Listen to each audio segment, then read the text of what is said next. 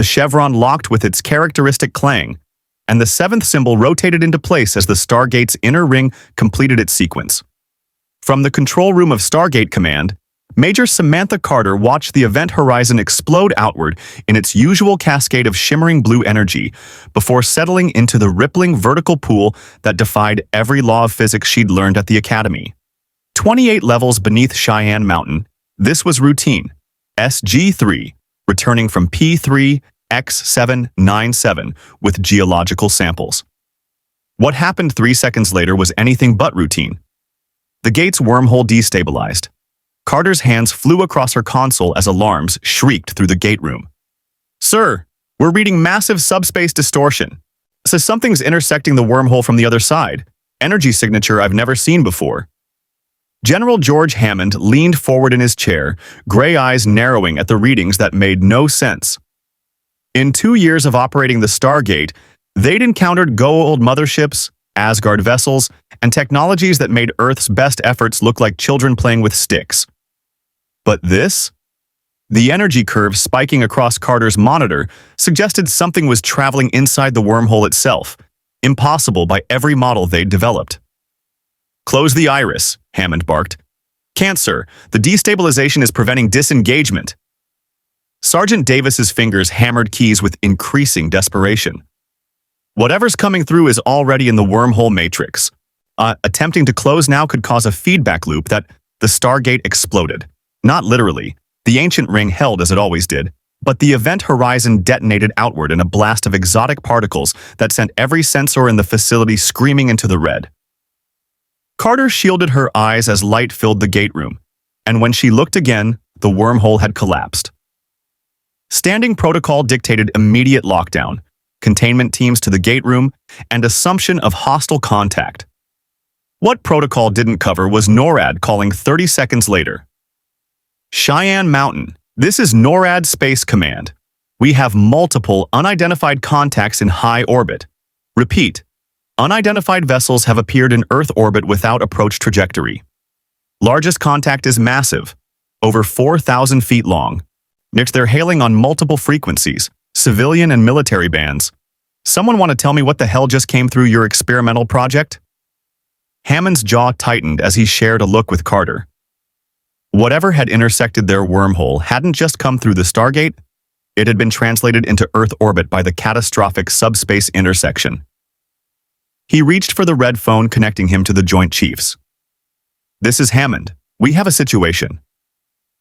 10 minutes later, the signal was patched through to the SGC control room.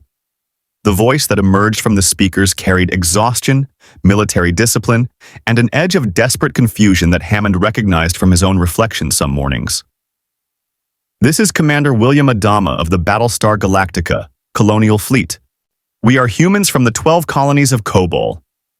Our fleet was executing an emergency faster-than-light jump to escape Cylon pursuit when we encountered a spatial anomaly.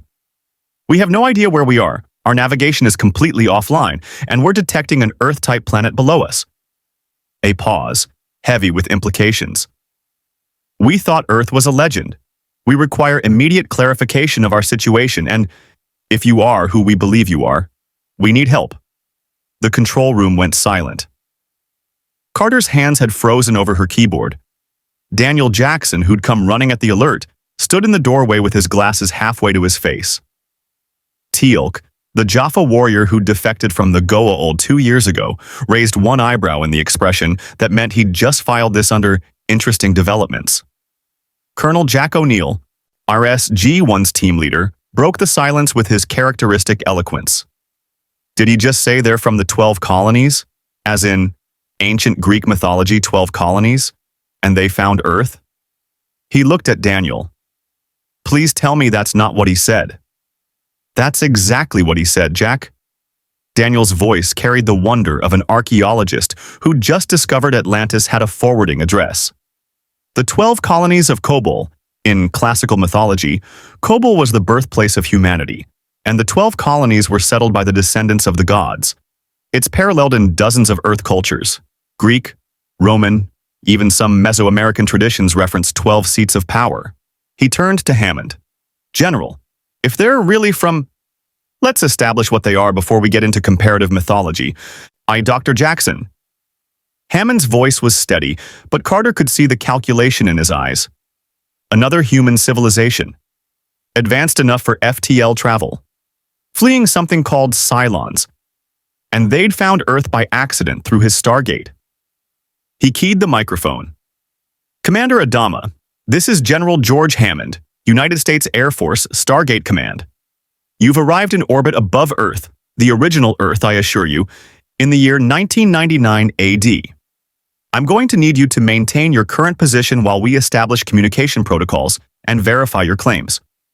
I'm also going to need to know what you meant by Cylon pursuit and how many vessels are in your fleet. The response came after a beat.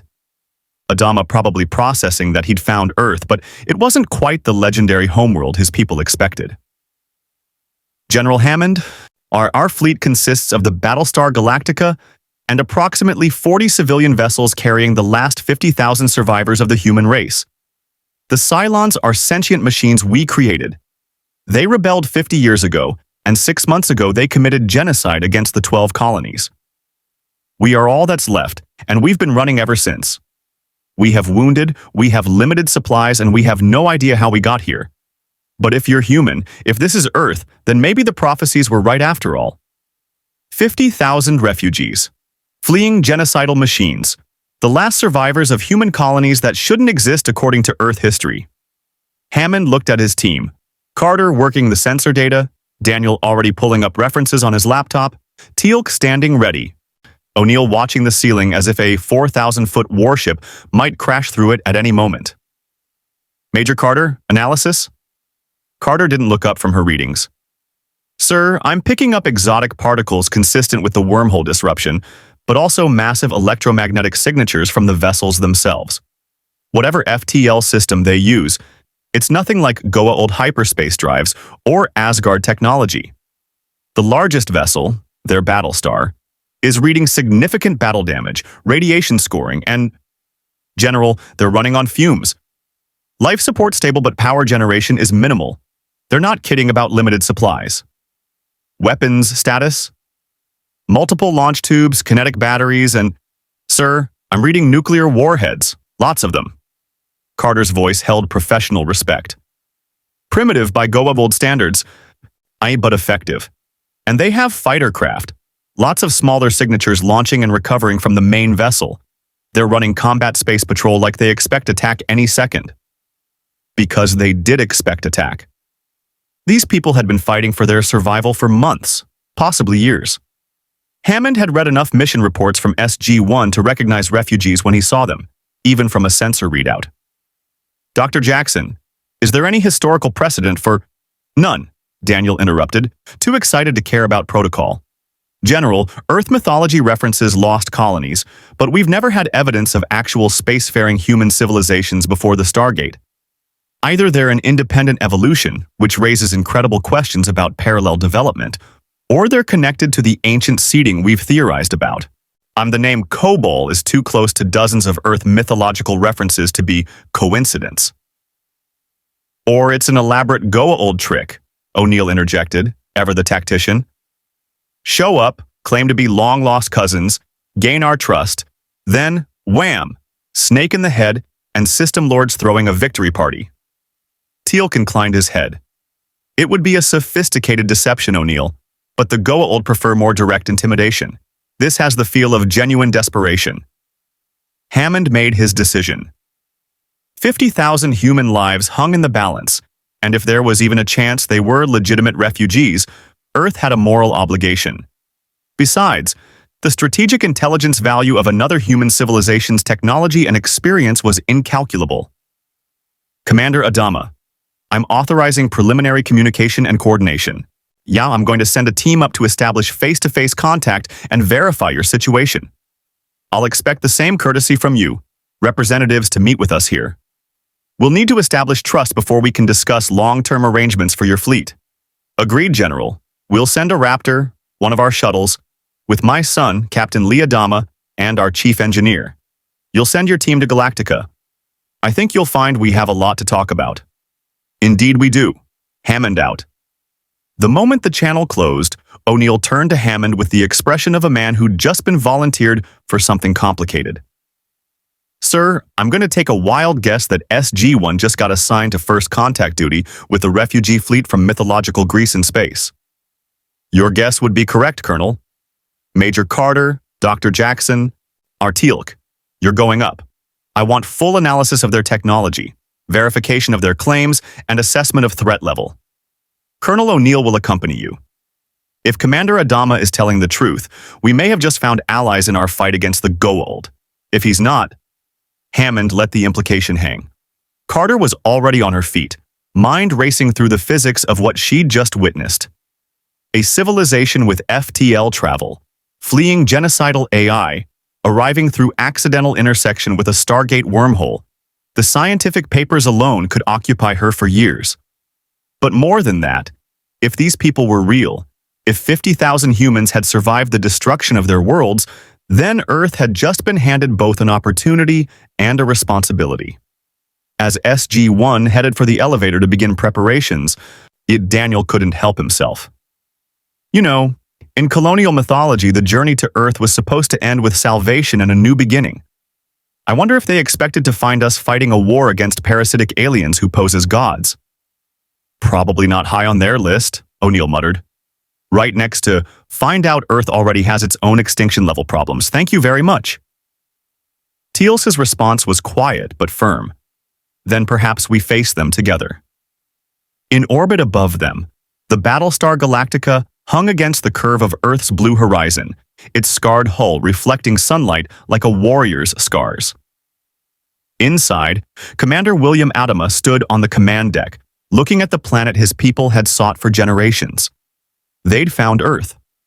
But this Earth had its own battles, its own struggles, and its own secrets buried 28 levels beneath a mountain in Colorado. The Colonial Fleet had been running from the Cylons for months. They'd stumbled through that spatial anomaly, that Stargate, by pure chance. Now they were here, and nothing would ever be the same, for either humanity. If you want to see more characters enter different universes, hit that subscribe button and drop the name of a character and the universe you'd want to see them in down in the comments below. Indeed, the F-302 fighter interceptor climbed through Earth's atmosphere with Major Carter at the controls and the rest of SG-1 secured in the passenger compartment behind her. The spacecraft was reverse-engineered Goa'uld technology, humanity's first domestically produced vehicle capable of atmospheric and space operations, and represented 2 years of frantic work after SG-1's encounters with death gliders had proven Earth's complete vulnerability beyond the ionosphere. Carter had logged more hours in the prototype than anyone, but even she felt a flutter of anticipation as the blue sky faded to black and the stars emerged. Because waiting up there was something Earth's engineers hadn't built, hadn't stolen, and hadn't even imagined. Galactica Actual, this is Earth Transport F-302 requesting approach vector. Carter kept her voice professional despite the surreal nature of the transmission. She was hailing a Battlestar from ancient mythology that had somehow materialized in Earth's orbit. F-302 Galactica CIC, we're transmitting coordinates now. Be advised, our combat space patrol will escort you in. They're under orders not to engage, but they're twitchy. We've been at war for a long time. Understood, Galactica. We'll keep our movements predictable. Seconds later, they appeared. Sleek, arrow-shaped craft that screamed past the F-302 in perfect formation before banking hard and taking up flanking positions. Carter's tactical display lit up with 8 contacts, and she couldn't help but admire the precision. These weren't simple intercept patterns. They were combat formations designed to maximize firing angles while maintaining mutual support. Whoever trained these pilots knew their business. Colonial Vipers, Daniel said from behind her, leaning forward to peer through the canopy. I'm reading the designation on the lead fighter, Starbuck. That's call sign tradition dating back to Earth naval aviation. But their design philosophy is completely different. More maneuverable, probably higher acceleration in vacuum conditions. Indeed, Teal'c observed, his voice carrying the tone of a warrior recognizing fellow professionals. Their deployment suggests extensive combat experience. They do not merely patrol, they hunt. O'Neill watched the Vipers with the eyes of a career Air Force officer who'd flown his share of combat missions. These guys have been in the shit. Now you can tell by how they move. Constant scanning, never staying predictable. They're expecting trouble because trouble's all they've known.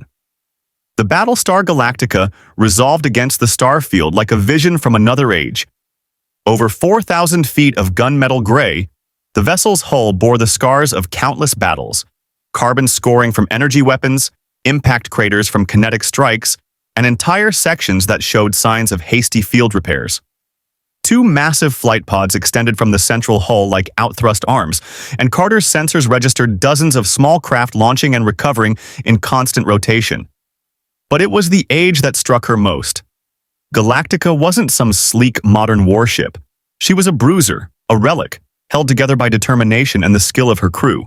And yet she radiated a defiant power that made Carter think of ancient warriors who refused to yield even when outnumbered and outgunned. "Carter, you getting this?"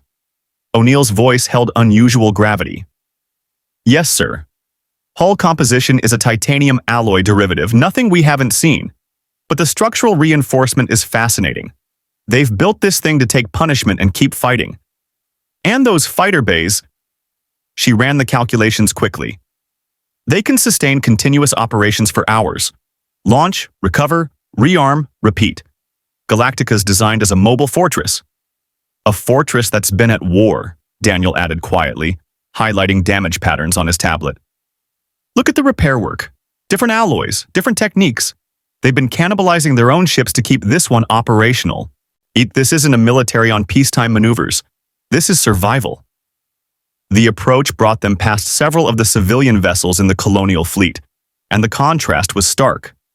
Battered passenger liners, cargo haulers, and ships that looked like they'd been repurposed from industrial use, all showing the same desperate maintenance, the same evidence of months on the run.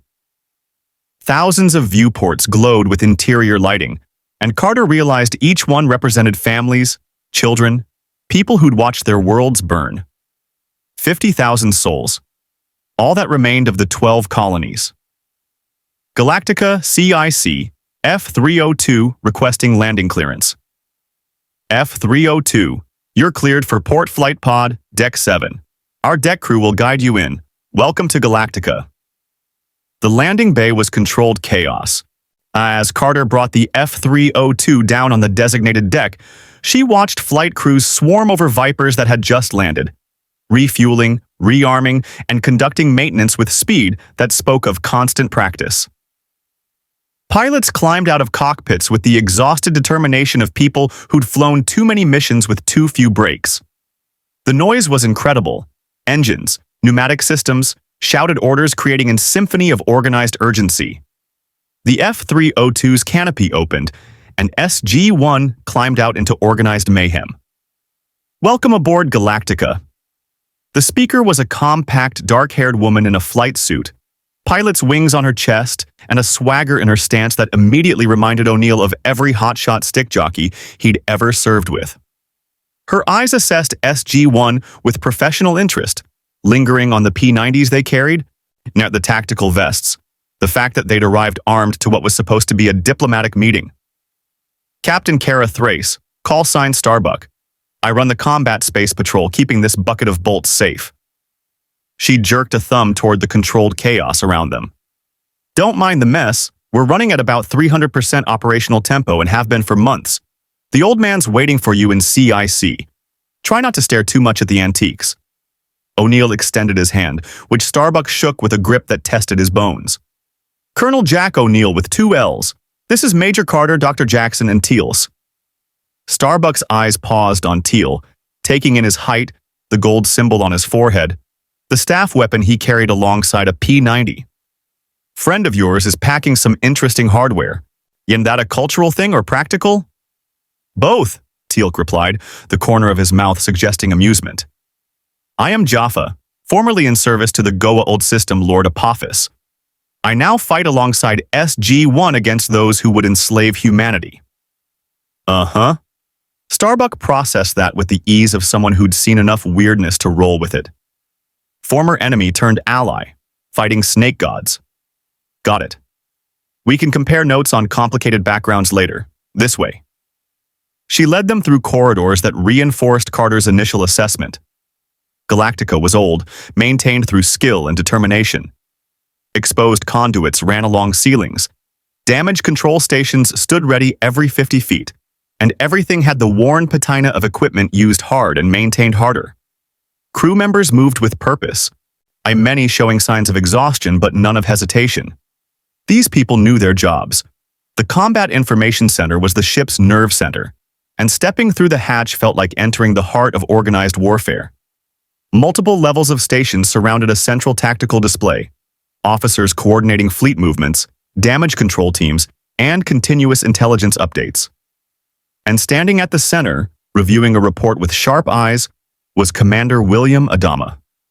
He looked up as SG-1 entered, and Carter recognized the expression immediately. A commander who'd lost count of the crises he'd managed, but hadn't lost count of the people depending on him. Colonel O'Neill. Adama's voice matched the transmission, tired but unbroken. Welcome aboard. I wish the circumstances were better. Commander? O'Neill stepped forward, and the two men took measure of each other with the instant assessment of career military officers. Appreciate the hospitality. We've got a lot to talk about. That we do. Adama gestured to the tactical display, where Earth hung in serene blue and white, surrounded by the scattered icons of the Colonial Fleet. 6 months ago, the Cylons attacked the 12 colonies without warning. 50 billion people lived on those worlds. Now there are 50,000. We've been running ever since, jumping ahead of Cylon pursuit, searching for the legendary Earth that our sacred scrolls promised would be our salvation. He met O'Neill's eyes directly. We found you by accident, through whatever that spatial phenomenon was. Now I need to know if we found allies or just another threat. The bluntness was refreshing. Daniel stepped forward, unable to contain his curiosity. Commander, your sacred scrolls, they reference Goa'uld and the 12 colonies. Do they mention how your civilization began? Because Earth mythology has dozens of references to 12 seats of power, colonial structures, and a homeworld that matches your description. The parallels are too specific to be coincidence. Dr. Jackson is our resident expert on ancient civilizations and mythology, O'Neill explained. He's also the one who figured out how to activate the Stargate in the first place. Long story. Adama studied Daniel with new interest. Our history says humanity originated on Goa'uld, the birthplace of the gods. The 13 tribes left Goa'uld. 12 founded the colonies and the 13th tribe came to Earth. It's religious prophecy, passed down for thousands of years. Most people stopped believing it was real. His jaw tightened. Until we had nothing left but faith. The 13th tribe, Daniel breathed, already making connections. In Earth mythology, we have legends of Atlantis, Lemuria, advanced civilizations that vanished. What if they weren't legends? What if they were the 13th tribe and they built the... He caught himself, glancing at Hammond's earlier instructions about revealing too much too fast. Carter smoothly intervened, her engineer's mind focused on practical matters. Commander, we detected severe power fluctuations during your approach. If you don't mind my asking, what's your fuel situation? Adama's expression darkened. Critical. We measure artillery reserves in jumps, not abundance. Galactica can make perhaps 10 more FTL jumps before we're dead in space. The civilian fleet is worse. Some ships are running on emergency reserves. We've been cannibalizing damaged vessels to keep the rest operational. He gestured to a status board, showing fleet logistics in brutal red numbers. We need fuel, supplies, and repair facilities. Soon. Tylium, Carter filed the term away for later analysis. That's your FTL fuel source? Refined tylium ore powers our FTL drives. Without it, we can't jump. We become sitting targets for the Cylons. Adama's voice held the weight of months watching his fuel gauges drop. Which brings me to my next question, Colonel. You mentioned fighting parasitic aliens. Exactly what kind of war is Earth fighting? O'Neill and Carter exchanged glances. This was the moment. Full disclosure or careful revelation? Hammond had authorized cooperation. But how much did you tell desperate refugees about Earth's own precarious position in a galaxy full of threats? Teal'c made the decision for them, stepping forward with characteristic directness. The Goa'uld are parasitic beings who take human hosts and pose as gods, enslaving populations across thousands of worlds. They have dominated this galaxy for millennia through superior technology and ruthless force. Earth has been fighting them for 2 years since we reactivated the Stargate, an ancient transportation device that allows instantaneous travel between worlds. We are vastly outmatched, but we do not yield. Starbuck, leaning against a console, let out a low whistle. Parasitic snake gods with galaxy-spanning empire versus one planet with 2 years experience. Yeah, that sounds about right for the kind of universe that would let machines commit genocide. She looked at Adama. We sure know how to pick our neighborhoods, don't we, sir? But Adama was focused on Teal'c's words. This Stargate, it's how you travel between worlds, not ships. Instantaneous wormhole transport to a network of thousands of gates throughout the galaxy, Carter explained. Ancient technology we're still learning to fully understand. It's how we've survived against the Goa'uld. Mobility, hit-and-run tactics, and building alliances with other races fighting for freedom. Like the Tok'ra, Daniel added, Goa'uld who oppose the System Lords, and the Jaffa Rebellion that Teal'c is part of. And the Asgard, an advanced race that's helped protect Earth from complete annihilation. Adama processed this with visible calculation. Earth had allies, had technology, and had survived 2 years against overwhelming odds. Not unlike the Colonial Fleet situation, just a different flavor of extinction threat. So we've both found ourselves fighting wars we didn't start against enemies we can't afford to lose to, Adama said quietly. You have transport technology we don't understand, and we have FTL capability you don't possess. You're fighting gods. We're running from our own creations, and we both need things the other might provide. O'Neill nodded slowly. Commander, I'm not authorized to negotiate treaties or make binding agreements. That's above my pay grade. But I can tell you this.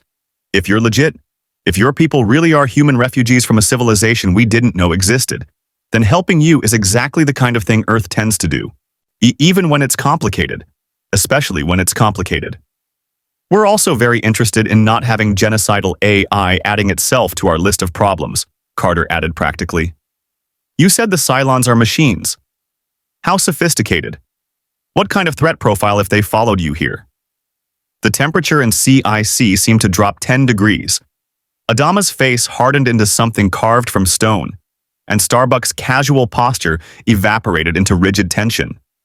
The Cylons look human, Adama said, each word precise and sharp. Some of them. We call them skin jobs, human-appearing models, perfect infiltrators.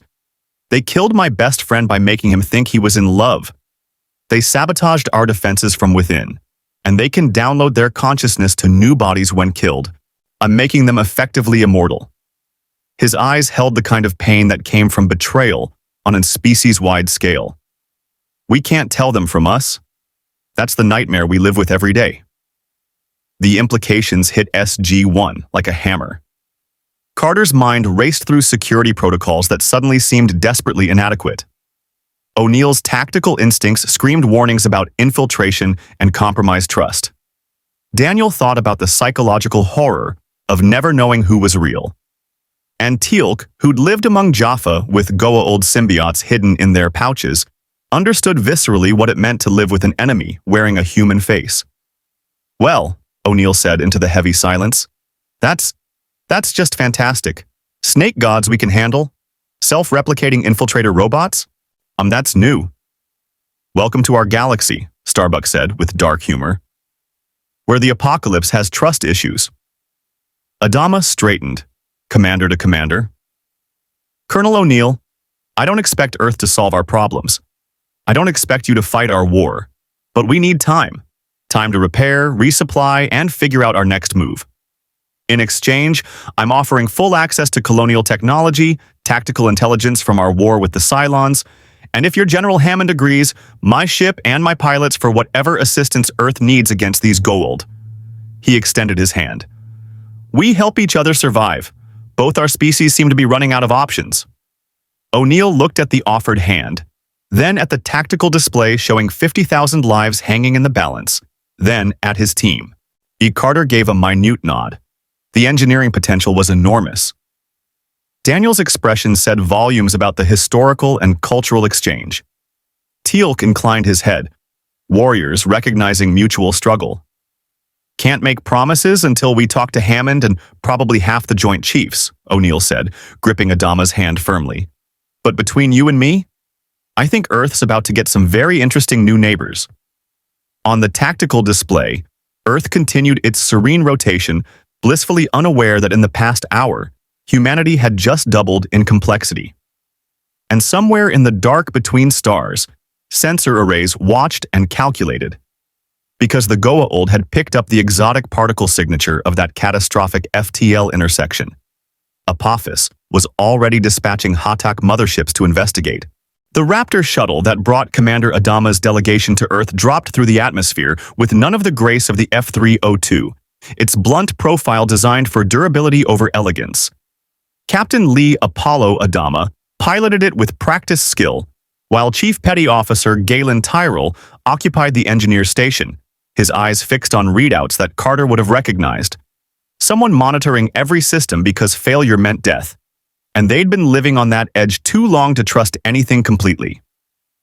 The third passenger made General Hammond's security team visibly tense. Dr. Gaius Baltar descended the Raptor's ramp with the careful movements of someone navigating unfamiliar gravity after months in space, his eyes darting around the SGC landing facility with a mixture of scientific fascination and nervous energy. He was handsome in a disheveled way, brilliant according to the Colonial Fleet's records, and according to Apollo's quiet warning during the descent, morally flexible on his best days. Welcome to Earth, gentlemen. Hammond's voice carried the formal weight of first contact protocol, but his eyes performed the same assessment Adama had done hours earlier, measuring these visitors against the desperate situation they represented. I'm General George Hammond, Commanding Officer of Stargate Command. This is Dr. Janet Fraser, our Chief Medical Officer, and Major Paul Davis, Pentagon Liaison. Apollo stepped forward with military bearing that matched his father's. General Hammond, thank you for receiving us. I'm Captain Lee Adama, Galactica, CAG, Commander Air Group. This is Chief Tyrol, or our Senior Deck Chief and Engineering Specialist. He gestured to Baltar with carefully neutral expression. And Dr. Gaius Baltar, our foremost expert in computer science and artificial intelligence. AI expert. Hammond's tone didn't change, but everyone caught the subtext. The Colonials were fleeing genocidal AI, and they'd brought their resident expert. Either extraordinary trust or calculated necessity. Baltar caught it too, his smile not quite reaching his eyes. I appreciate that my area of expertise carries unfortunate implications given our current circumstances, General. I assure you, my work on Cylon detection and countermeasures has been entirely focused on our survival. I'm here because I understand the technology that's hunting us, which means I might understand how to stop it. Or how to build it, O'Neill muttered. Am I just loud enough for Carter to hear? Colonel O'Neill has briefed me on your initial meeting with Commander Adama, Hammond continued, gesturing toward the corridor that would take them deeper into the mountain. I've authorized provisional cooperation while we establish the parameters of what Earth can offer and what your fleet needs. Dr. Fraser will conduct medical screening, standard protocol, nothing invasive. Then we'll proceed to a full briefing where both sides can lay out the complete situation. As they walked through Cheyenne Mountain's corridors, Carter found herself alongside Chief Tyrell, whose eyes cataloged every visible system with the hunger of an engineer starved for resources. She recognized the look. She wore it herself whenever SG-1 encountered new technology. Your mountain facility is impressive, Tyrell said, our professional respect in his voice. Hardened military installation, independent power generation, multiple redundancy systems, how deep? 28 levels, Carter replied, deciding general information wasn't classified. Designed to survive direct nuclear strike, we've expanded significantly since activating the Stargate, needed the security and isolation. 28 levels of reinforced mountain between you and the surface, and you still worried it wasn't enough. Tyrol nodded grimly. Yeah, I know that feeling. Galactica's got armor plating that could stop most kinetic strikes, and we still lost half our Battlestar group in the first Cylon attack. Turns out when the enemy knows exactly where to hit because they designed your systems. He didn't finish, but Carter understood. What the ultimate insider threat? Your own creations turning their complete knowledge of your vulnerabilities against you. She thought about the Stargate's computer systems, the connections to NORAD, the networks that kept Earth's defenses coordinated. If something like the Cylons infiltrated that infrastructure, we'll want to discuss your cybersecurity protocols, she said quietly. If there's any chance the Cylons could track you here, we need to ensure our systems are protected. Galactica isn't networked, Tyrol replied immediately. No integrated computer systems, everything isolated and manually controlled. The old girl was scheduled for decommissioning, too primitive, too outdated for modern warfare. Turned out being 40 years behind the technological curve saved our lives. Every ship with networked computers got shut down or subverted in the first wave. We survived because we were a museum piece. The implications chilled Carter's blood.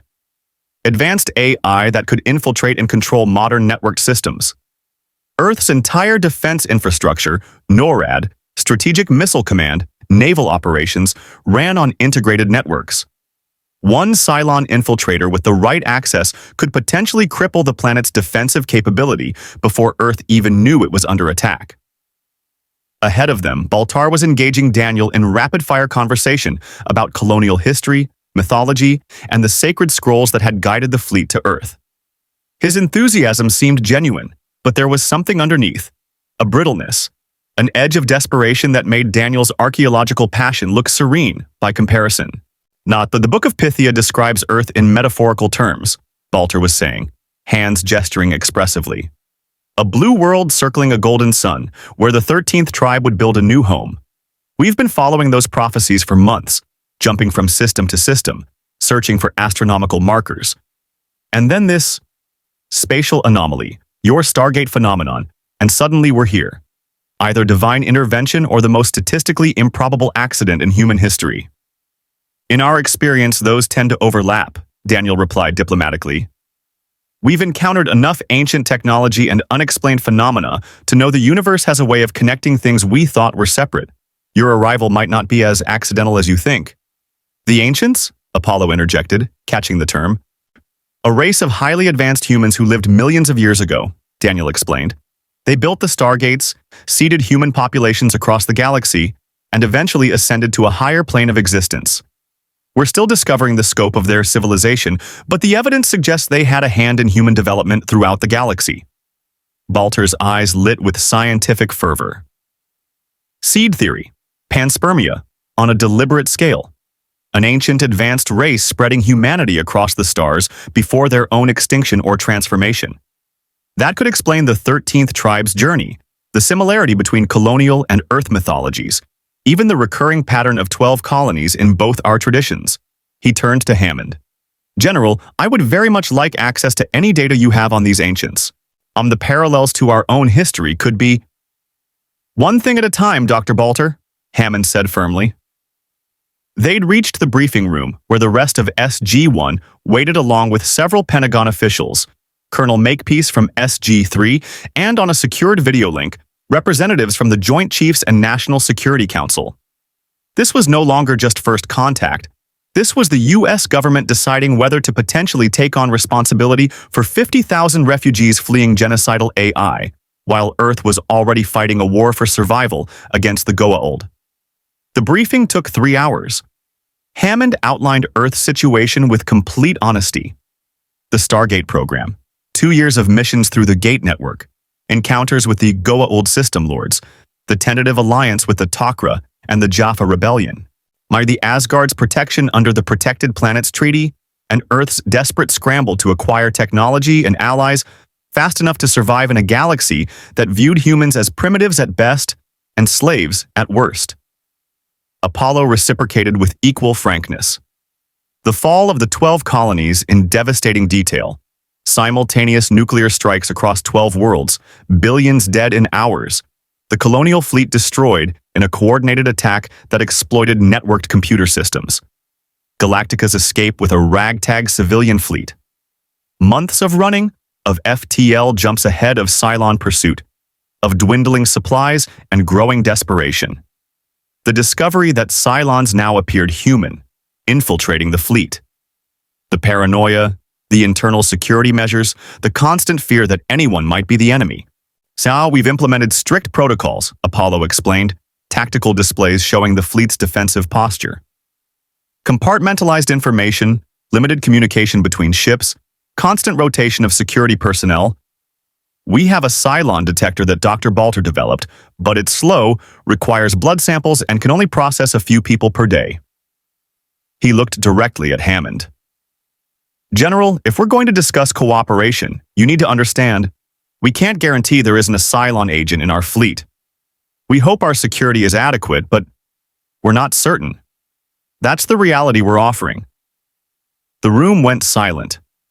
Several Pentagon officials shifted uncomfortably. This wasn't just accepting refugees. This was potentially allowing infiltration vectors into Earth's most classified military installation. Balter broke the tension with characteristic audacity. Which brings us to the more optimistic portion of this exchange. What we can offer Earth beyond the delightful possibility of homicidal robots. He activated a colonial datapad, projecting schematics onto the briefing room wall. FTL jump technology that allows near-instantaneous travel across dozens of light years. Practical experience fighting advanced AI opponents. Nuclear weapons deployment in space warfare. Small craft tactics refined through months of continuous combat operations. And most relevantly, he highlighted sections of the schematics. Tylium refining technology and the location of multiple tylium ore deposits in systems we've surveyed. Carter leaned forward, her engineer's mind already processing the implications. Your FTL system doesn't use hyperspace windows or subspace corridors. It's calculating precise spatial coordinates and translating the entire vessel through folded space? Essentially, yes. Balter looked pleased to be talking to someone who grasped the principles. Calculate destination coordinates, spin up the FTL drives, and execute the jump. There's theoretical limits to range and precision, but we've successfully jumped over a dozen light years when necessary. The primary constraint is fuel. Tylium consumption increases exponentially with distance and mass. But you don't have faster-than-light communication, Carter noted, seeing the limitations. You can't coordinate fleet movements in real time across distances. Correct. Jump coordination requires pre-established rendezvous points. It's why we keep the fleet together. Separation risks losing contact permanently. Tyrol pulled up damage reports on Galactica. Which brings us to our immediate needs. Galactica requires extensive repairs, hull plating, structural reinforcement, electrical systems, and countless minor fixes we've been deferring due to resource constraints. The civilian fleet needs similar attention. We can perform the work if we have materials, fabrication facilities, and time. Time being the critical resource, Apollo added grimly. Every day we remain in one location is a day the Cylons could find us. Our last encounter was 4 days before the spatial anomaly. We have no idea if they tracked us through, if the phenomenon left a trail they can follow, or if we finally lost them.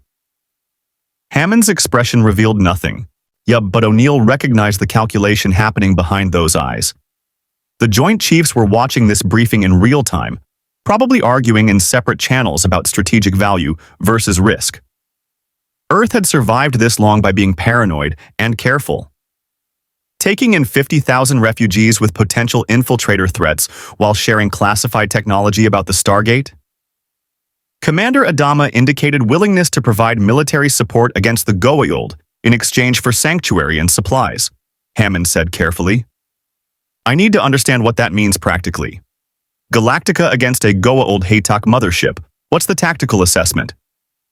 Apollo and Tyrol exchanged glances. Then, Apollo pulled up comparative analysis. We don't have complete data on Goa'uld vessels, but based on Colonel O'Neill's briefing, our Haytak is approximately twice Galactica's mass, carries superior energy weapons, and possesses defensive shields we don't have countermeasures for. He highlighted Galactica's weapon systems. We have massive kinetic advantages. Our main batteries can fire sustained volleys, and our nuclear arsenal is substantial. If we can penetrate their shields, we can do severe damage. Our Vipers are more maneuverable than Death Gliders based on the performance specifications, and our pilots have recent combat experience. Recent being the operative word, Starbuck's voice cut in. They'd patched her in from Galactica. We've been flying combat missions continuously for months. My pilots are exhausted, running on stims and determination. But put us against an enemy we can actually kill, on one that doesn't download into a new body when we shoot them down? Yeah, we can work with that. Teal'c spoke for the first time in the briefing, his deep voice carrying authority. The Goa'uld rely on intimidation and superior technology. They do not expect meaningful resistance from humans, whom they view as primitives. A Battlestar with nuclear weapons and experienced warriors would surprise them. That surprise could be decisive. Or it could paint a target on Earth, countered Major Davis. The moment the system lords learn there's another human civilization with advanced military capability, they'll escalate. We've managed to survive by being beneath their full attention. This changes that calculus. With respect, Major, that calculus is already changed. Daniel's voice was quiet but firm. The Goa'uld know about the Stargate program. Apophis has attacked Earth directly. We're already on their radar as a threat that needs to be eliminated. The question is whether we face that threat alone or with allies. The debate continued, arguments flowing back and forth about strategic integration, security protocols, resource allocation, and the political implications of Earth taking responsibility for a refugee fleet. Throughout it all, Balter remained quiet, watching the dynamics with unsettling intensity. Finally, Hammond made his decision. Captain Adama, Chief Tyrol, Dr. Balter, please excuse us for a moment. We need to discuss this internally.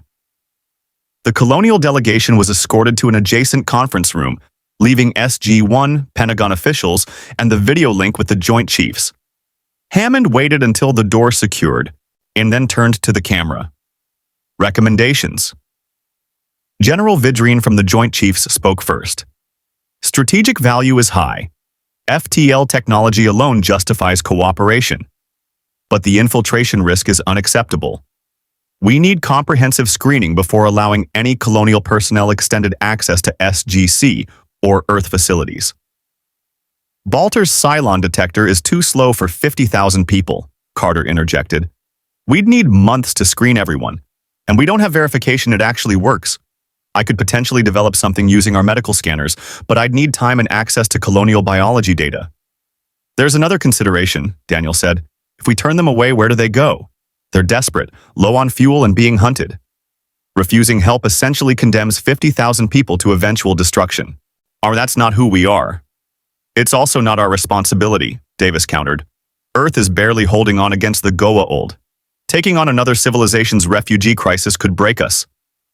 O'Neill had been silent, but now he leaned forward. Here's what I know. Those people up there have been through hell. They've lost everything. They're running on fumes and they're still fighting. That's not opportunism or deception. That's survivors doing what survivors do. Yeah, there's risks. Yeah, it's complicated. But if we start turning away allies because the situation's difficult, we might as well hand the galaxy to the Goa'uld right now. Teal'c inclined his head. The Goa'uld would view the Colonial Fleet as slaves to be harvested or threats to be eliminated. If we do not offer sanctuary, we simply delay their destruction while gaining nothing. Hammond looked at each person in turn, then at the Joint Chiefs on the screen. We're not making a permanent decision today. What I'm proposing is provisional cooperation. Bring the Colonial Fleet to a secure location off Earth, provide basic supplies and repair support, continue security screening, and evaluate long-term integration. We learn their technology, they learn ours, and we both get stronger. If problems develop, we reassess. And if a Cylon infiltrator makes it into SGC, Vidrine asked, then we deal with it the same way we've dealt with Goa'uld infiltration, NID corruption, and every other security threat we've faced. Hammond's voice was granite. Carefully, thoroughly, and without compromising who we are in the process. We don't survive by becoming paranoid isolationists. We survive by building alliances and fighting smarter than our enemies. The Joint Chiefs conferred off-camera for several minutes. Finally, Vidrine returned. Provisional cooperation is approved, but General Hammond, the moment there's evidence of Cylon infiltration or hostile intent, you shut it down completely. Understood? Understood, sir. When the Colonial delegation returned, Hammond delivered the news. Captain Adama, I'm authorized to offer provisional sanctuary to the Colonial Fleet. We'll help you locate a secure planet through the Stargate network where your civilian ships can establish a temporary settlement. Galactica can remain in orbit for repairs and coordination. We'll provide resource support and begin technology exchange. In return, we expect full cooperation on security screening and tactical coordination against common threats. The relief on Apollo's face was palpable. Tyrol's shoulders sagged as months of tension released slightly. Even Balter's nervous energy settled into something resembling hope. General Hammond, you have my father's gratitude and mine, Apollo said quietly. We accept your terms. There's one more thing, Carter added, her tactical mind already running scenarios. If the Cylons did track you here, Earth needs to be prepared. We should coordinate defensive plans immediately, integrate colonial combat tactics with our own, position Galactica's nuclear arsenal strategically, and prepare for the possibility of attack. Already happening, Starbuck's voice came through the comm. Because sensors just picked up 3 unidentified contacts dropping out of hyperspace at the edge of the system. Pyramid-shaped vessels, massive energy signatures. I'm guessing those aren't friendly, the blood drained from O'Neill's face. Hatoks, Goa'uld motherships. 3 of them, Carter confirmed, her console lighting up with telemetry from NORAD. They're scanning the system, definitely detected Earth and the Colonial Fleet. On the main display, the approaching vessels resolved into familiar pyramidal forms. Galactica's sensors fed data to SGC's systems, and Carter's worst fears were confirmed. The Goa'uld had detected the exotic particle signature from the Stargate wormhole disruption, and Apophis had come to investigate. The Combat Information Center aboard Galactica transformed from controlled operation to battle stations in the time it took Adama to cross from his quarters to the command deck. Crew members moved with practiced urgency, but the commander could see the edge of exhaustion. These people had been fighting too long, running too hard, and now when they'd finally found sanctuary, the universe was throwing another threat at them. Dratus contacts holding position at system's edge, Lieutenant Gaeta reported, his voice steady despite the tension. 3 vessels, pyramidal configuration, each approximately 1,500 meters at the base. They're conducting what looks like active scanning, electromagnetic emissions across multiple frequencies. They're not attacking, Colonel Saul Tai observed from his position beside Adama. See, the executive officer's weathered face creased with tactical calculation. They're studying us, trying to figure out what we are. Which means we have a window before they decide we're a threat. Adama's eyes fixed on the Dratus display where 3 pyramid icons hung like predators assessing prey. The audio link to SGC crackled with urgent coordination between General Hammond and Major Carter. Commander Adama, this is Hammond. Those are Goa'uld Hatok-class motherships, likely under the command of the system Lord Apophis. He's one of the most aggressive of the Goa'uld, and he's attacked Earth directly before. They've detected the exotic particle signature from your arrival and come to investigate. General, what's their tactical profile? Adama's question was pure military pragmatism. Know your enemy, understand their capabilities, and exploit their weaknesses. Carter's voice replaced Hammond's. Each Hatok carries a complement of death gliders, small fighters, probably 30 to 40 per vessel. Their primary weapons are energy-based staff cannons, effective but relatively slow firing. They have defensive shields that can withstand significant conventional weapons fire, but we've never tested them against nuclear warheads. The shields aren't designed for that kind of kinetic impact combined with radiation and EMP. How do they compare to Cylon base stars? Tai asked the question Adama was thinking. A pause while Carter processed the comparison.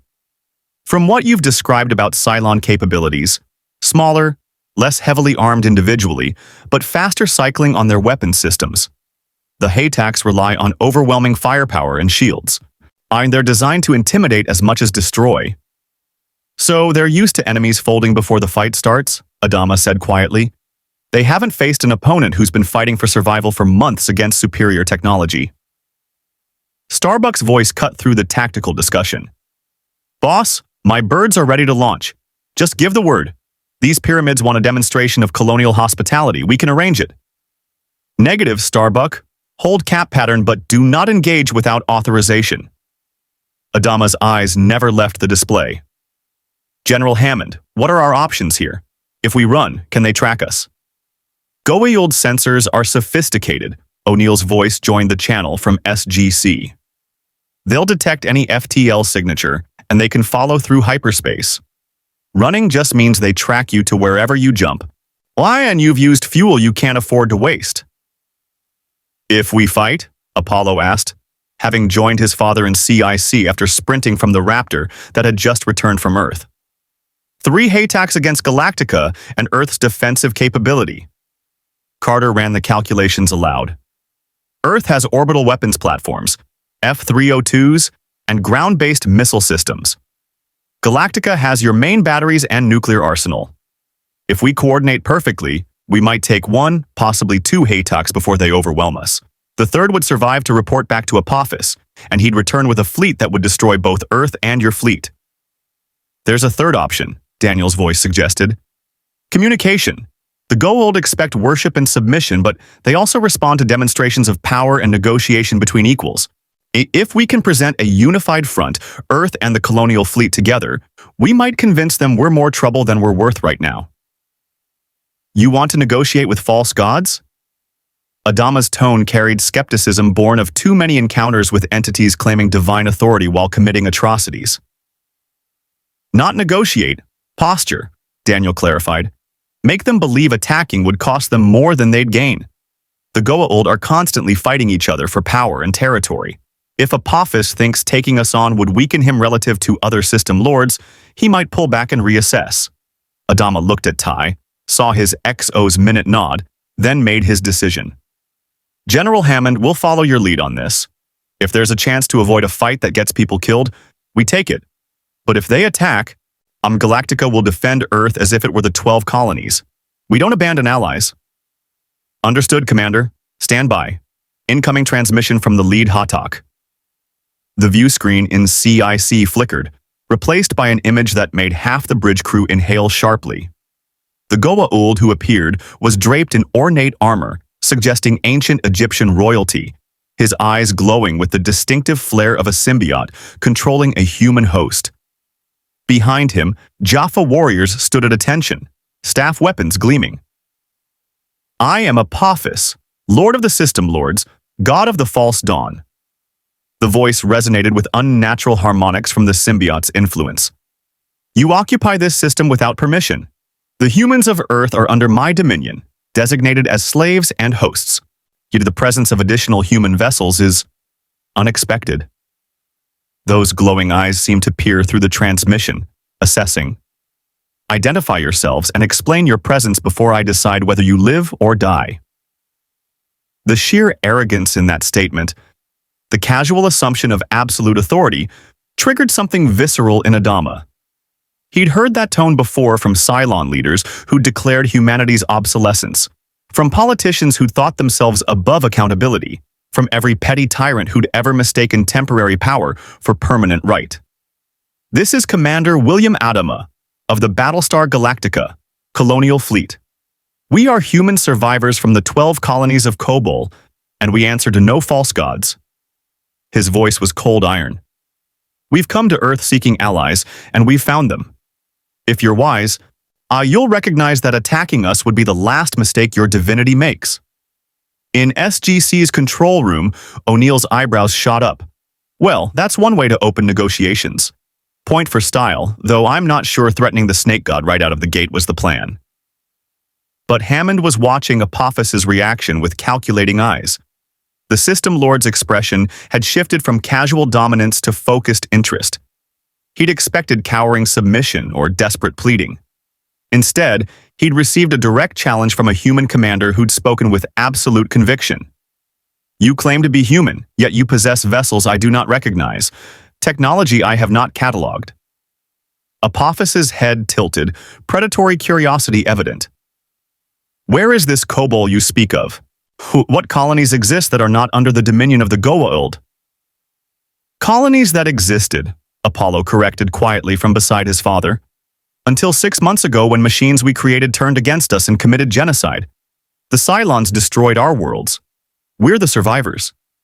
Apophis's eyes narrowed. created beings that rebelled. How familiar. The Tauri, he gestured dismissively toward Earth, believe they can defy their gods. Perhaps you humans share a common flaw, the delusion that you are more than slaves. The only delusion here is yours. Hammond's voice cut through the channel with military authority that matched Apophis's assumed divinity. The Tauri have defeated you before, Apophis. We destroyed your ships over Earth, we've liberated your Jaffa, and we've proven ourselves more than capable of defending our world. The Colonial Fleet's arrival changes nothing except the number of humans who will stand against you. Indeed, Teal'c's deep voice added from SGC. I was once your first prime, Apophis. I know your tactics, your weaknesses, and the growing fear among the system lords that humanity will not remain enslaved. This fleet represents humans from beyond your reach, who've survived the destruction of their civilization. They are hardened warriors, and they have chosen Earth as their ally. You face not primitives, but equals.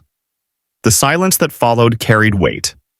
On Galactica's CIC displays, tactical updated with new information, the Haytoks were repositioning slightly, shifting from pure scanning configuration to something more defensive. Apophis was reassessing. You interest me, Commander Adama, the System Lord finally said. You humans who've survived genocide by their own creations, who possess faster-than-light vessels different from Goa'uld technology, and who speak with the arrogance of those who've truly faced extinction. A cold smile. But interest is not acceptance. You will submit to examination. You will provide examples of your technology. You will acknowledge my supremacy. Or I will destroy your vessels and harvest your survivors as hosts for my warriors. Not happening, Adama replied flatly. We've spent months running from one extinction threat. We're not about to submit to another just because this one wears jewelry and calls itself a god. Carter was frantically working calculations at her SGC station. General, sensors show the Haytoks are charging weapons. They're calling the bluff. Galactica, this is Hammond. Prepare for coordinated defense. Earth's orbital platforms are targeting the lead Haytok. On my mark, we demonstrate exactly why attacking us is a bad idea. All batteries prepare to fire, Ty ordered across Galactica's internal systems. Launch tubes 1 through 8, load nuclear warheads. Starbuck, get your birds in the air. This is not a drill.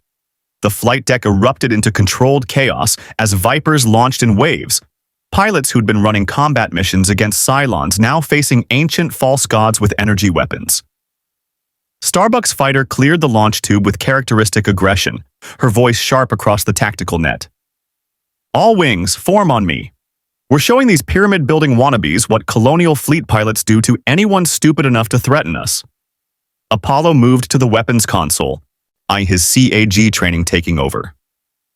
Papa, I'm reading their fighter deployments. Death gliders launching from all 3 Haytoks. Estimate 90 contacts total. They're slower than Cylons raiders, but there's a lot of them.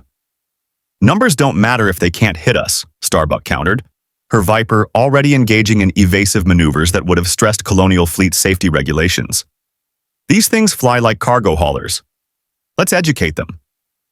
On Earth, air raid sirens wailed across Cheyenne Mountain as the SGC went to full combat alert. F-302S scrambled from hidden airfields, their hybrid human Goa'uld technology giving them capabilities that surprised even their pilots. Major Davis coordinated with NORAD, bringing every defensive asset Earth possessed online. This is insane, Davis muttered, watching the tactical display. We're about to fight the Goa'uld alongside a Battlestar from ancient mythology. This is not in any protocol manual. Improvise, adapt, overcome, O'Neill quoted, checking his P-90 despite being 28 levels underground. It's the SGC way. The first death gliders reached engagement range with Starbuck's CAP, and space lit up with weapons fire. The glider's energy weapons traced brilliant lines across the black, but the Vipers danced through the barrage with maneuverability that the Goa'uld pilots couldn't match. Colonial return fire, solid kinetic rounds at high velocity, punched through glider hulls with devastating efficiency. Splash 3, Starbuck reported with savage satisfaction. 4. These things are easier to kill than Cylon raiders. They fly predictable, they're slow on the turns, and they have no idea how to deal with real pilots. But 90 Death Gliders was still 90 Death Gliders, and even predictable enemies could overwhelm through sheer numbers. 2 Vipers took hits, their pilots ejecting in emergency pods that Raptors immediately moved to recover. The Goa'uld were learning, adjusting their tactics, and more importantly, the Hataks themselves were moving into firing position on Galactica. Staff cannon range in 30 seconds, Gata warned. They're targeting our flight pods and command sections. Adama's expression hardened. Main batteries, target the lead Hatak's shield emitters. Concentrated fire on my mark. Launch control, fire solution for nuclear strike on my authorization. Bill, if we use nukes, this goes from demonstration to full war, Ty warned quietly. If we don't, they'll think we're weak. And weakness invites attack. Adama's eyes fixed on Apophis's face, still visible on the view screen. The Cylons taught us that lesson. Never again.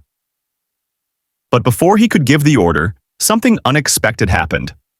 A new contact appeared on Dratus, translating into the system with a flash of exotic particles that made Galactica's sensors spike. The vessel was small compared to the Hataks, perhaps 300 meters, but its design spoke of technology orders of magnitude more advanced. Smooth gray hull, no visible weapons, and emanating an energy signature that made even the Goa'uld motherships seem primitive. Identify that contact, Hammond ordered at SGC. Asgard design, Carter breathed, recognition flooding her voice. That's an Asgard science vessel. It's Thor.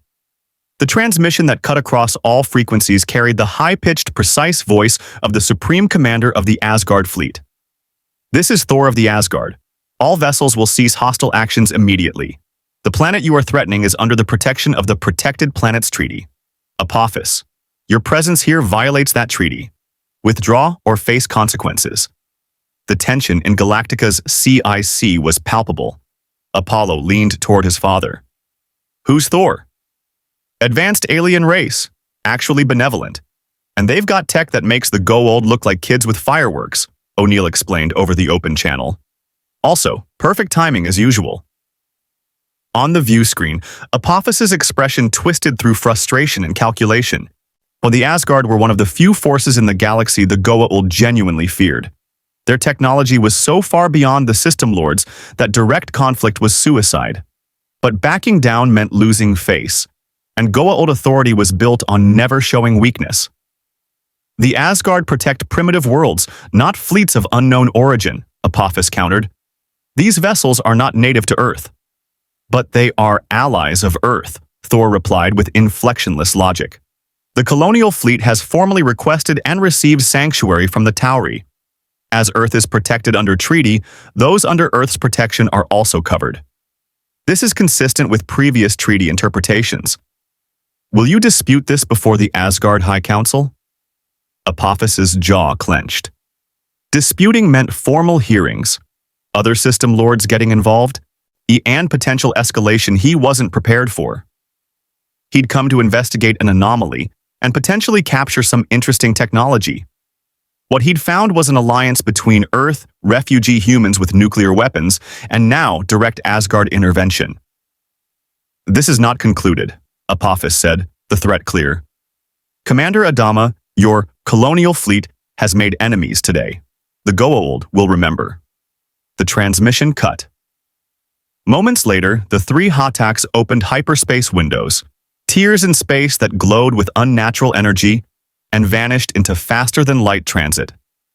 The Death Gliders that hadn't been destroyed by Vipers broke off, fleeing toward the hyperspace windows before they closed. The silence that followed was profound. All stations, stand down from battle alert, Adama ordered, yet feeling the adrenaline drain and exhaustion replace it. Recover all Vipers. Damage assessment, casualty reports. 2 pilots ejected, both recovered safely, Apollo reported. Minor damage to 3 Vipers, already being repaired. No casualties. It was the best possible outcome from a situation that had nearly turned into a slaughter. But the cost was now clear. Earth and the Colonial Fleet had openly defied a Goa'uld system lord. Apophis would remember, would plan, and would return with greater force. Commander Adama, this is Thor. The Asgard's transmission was now directed specifically at Galactica. I would speak with you and General Hammond regarding your fleet's arrival and the implications for Earth security. I am beaming directly to your CIC. Before Adama could respond, a column of white light materialized in the center of the Combat Information Center, and when it faded, a figure stood there that made half the bridge crew stare in disbelief. Thor was small, perhaps a meter tall, with large dark eyes, gray skin, and the distinctive appearance of the beings Earth knew as Greys from UFO mythology. He wore simple garments and regarded Galactica's crew with ancient, intelligent eyes that had witnessed the rise and fall of countless civilizations. "Greetings, Commander Adama," Thor said, his voice carrying across the stunned silence. "Your arrival through the Stargate has created complications we must address. But first, I would offer welcome. It is rare to encounter humans from beyond the Goa'uld's influence who've achieved such technological advancement independently." Adama stepped forward, a military protocol overriding his shock at meeting an alien that looked like it belonged in Earth science fiction rather than reality. "Thank you for your intervention, Thor. Without it, we would have been forced into a war we're not ready to fight. A war that is now inevitable, merely delayed," Thor corrected. "Apophis will not forget this confrontation. You must prepare. Both Earth and the Colonial Fleet face challenges ahead. Then we prepare together." Hammond's voice came through from SGC. "Thor, the Colonial Fleet needs sanctuary and Earth needs allies. Can the Protected Planets Treaty accommodate both?" "That," Thor replied, those dark eyes reflecting calculations beyond human comprehension, "is what we must discuss." The debriefing took place in Galactica's wardroom, a space designed for Colonial Fleet officers that now hosted the most unlikely gathering in human history. Commander Adama sat at the head of the table with Ty and Apollo flanking him. General Hammond attended via secure holographic projection from SGC, technology Thor had provided to facilitate the discussion. SG-1 remained on Earth but monitored the conversation, and Thor himself occupied a specially adapted chair that accommodated his small stature while somehow not diminishing his presence. "The Protected Planets Treaty was established 10,000 years ago," Thor explained, his voice carrying the weight of eons. "The Goa'uld system lords agreed not to target certain worlds in exchange for the Asgard not interfering with their empire. Here Earth qualified due to its strategic insignificance and the presence of humans who'd been enslaved by Ra before his death. The Colonial Fleet's arrival complicates this arrangement." "Because we're not insignificant," Adama said, understanding the implication. "We represent a human civilization with military capability and FTL technology. That makes us a target." "Precisely. The Asgard can protect Earth under the treaty. We can extend that protection to your civilian fleet if they settle on Earth or another protected world. But Galactica itself, a warship with nuclear weapons, represents a military asset that the Goa'uld will view as a legitimate threat. Apophis's claim that you violate the treaty's spirit has merit within the System Lord's interpretation." Hammond's holographic projection leaned forward. "Yes, are you saying the Colonial Fleet can't keep their Battlestar?" "I am saying that the Battlestar's presence in Earth orbit creates a justification for Goa'uld retaliation that the Asgard may not be able to prevent without triggering larger conflict." Thor's expression, as much as his alien features allowed, conveyed regret. "The Asgard are currently engaged in a critical war against the replicators. Our resources are stretched. We can deter casual Goa'uld aggression, but if the System Lords unite against Earth specifically because of the Colonial Fleet's military capability, we may be unable to intervene without abandoning our own survival war." The implications settled over the room like a shroud. The Asgard, Earth's most powerful ally, were fighting their own extinction battle. They'd help where they could, but Earth couldn't rely on them to solve every crisis. "So we're back to the fundamental problem," Ty said, his weathered face grim. "Too many enemies, not enough allies, and everybody's fighting for survival." "Not quite everybody," Daniel's voice came through the SGC link. "Thor, you mentioned the Protected Planets Treaty covers certain worlds. What about using the Stargate network to find the Colonial Fleet a planet that's both protected and suitable for settlement? Somewhere they can establish a base while we figure out the long-term situation?" "That is feasible," Thor acknowledged. "There are several worlds under Asgard protection that could support human habitation. The challenge is logistics, transporting 50,000 civilians and their supplies to a new world, establishing infrastructure and maintaining security. The Stargate can move people but not ships. Carter's voice joined the discussion, her engineer's mind already working the problem. What if we don't move the ships? Commander Adama, your civilian fleet, most of those vessels aren't combat capable, correct? They're transports, refineries, and support ships? Correct, Apollo confirmed. The fleet has one Battlestar, maybe a dozen ships with any defensive capability, and the rest are civilian vessels we've been using as mobile cities. Living quarters, medical facilities, manufacturing, everything we need to survive, just distributed across 40 ships. Then we move the people through the Stargate and use the ships for resources, Carter proposed. Strip them for materials, technology, anything useful. Transfer the population to a protected world where they can actually build settlements instead of living in deteriorating vessels.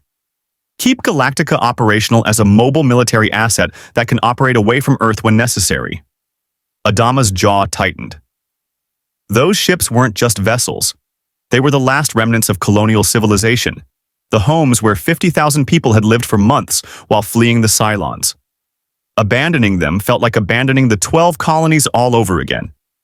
But the tactical logic was undeniable. President Roslin would need to approve any resettlement, Adama said slowly. The civilian government makes decisions about the fleet's future.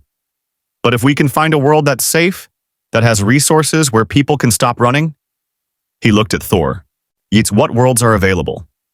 Thor accessed data through technology that had no visible interface, his large eyes unfocusing slightly. There is a world designated P4X-639 by the Tauri Gate address system. It has a temperate climate, agricultural potential, mineral deposits, and no current inhabitants. The Goa'uld destroyed the native civilization 300 years ago, but the ecosystem has recovered. It is remote enough that system lords rarely visit, and it is explicitly protected under the treaty. Send us the gate address, Hammond ordered. We'll send SG teams to conduct a full survey. Environmental assessment, resource evaluation, security analysis. If it checks out, we can begin preliminary setup for colonial settlement. There's another consideration, O'Neill interjected. The Cylons. Commander, you said they've been tracking your fleet. What happens if they find this new planet? We can defend against Goa'uld because we understand them. Killer robots that look human? That's a whole new problem. The temperature in the wardroom seemed to drop.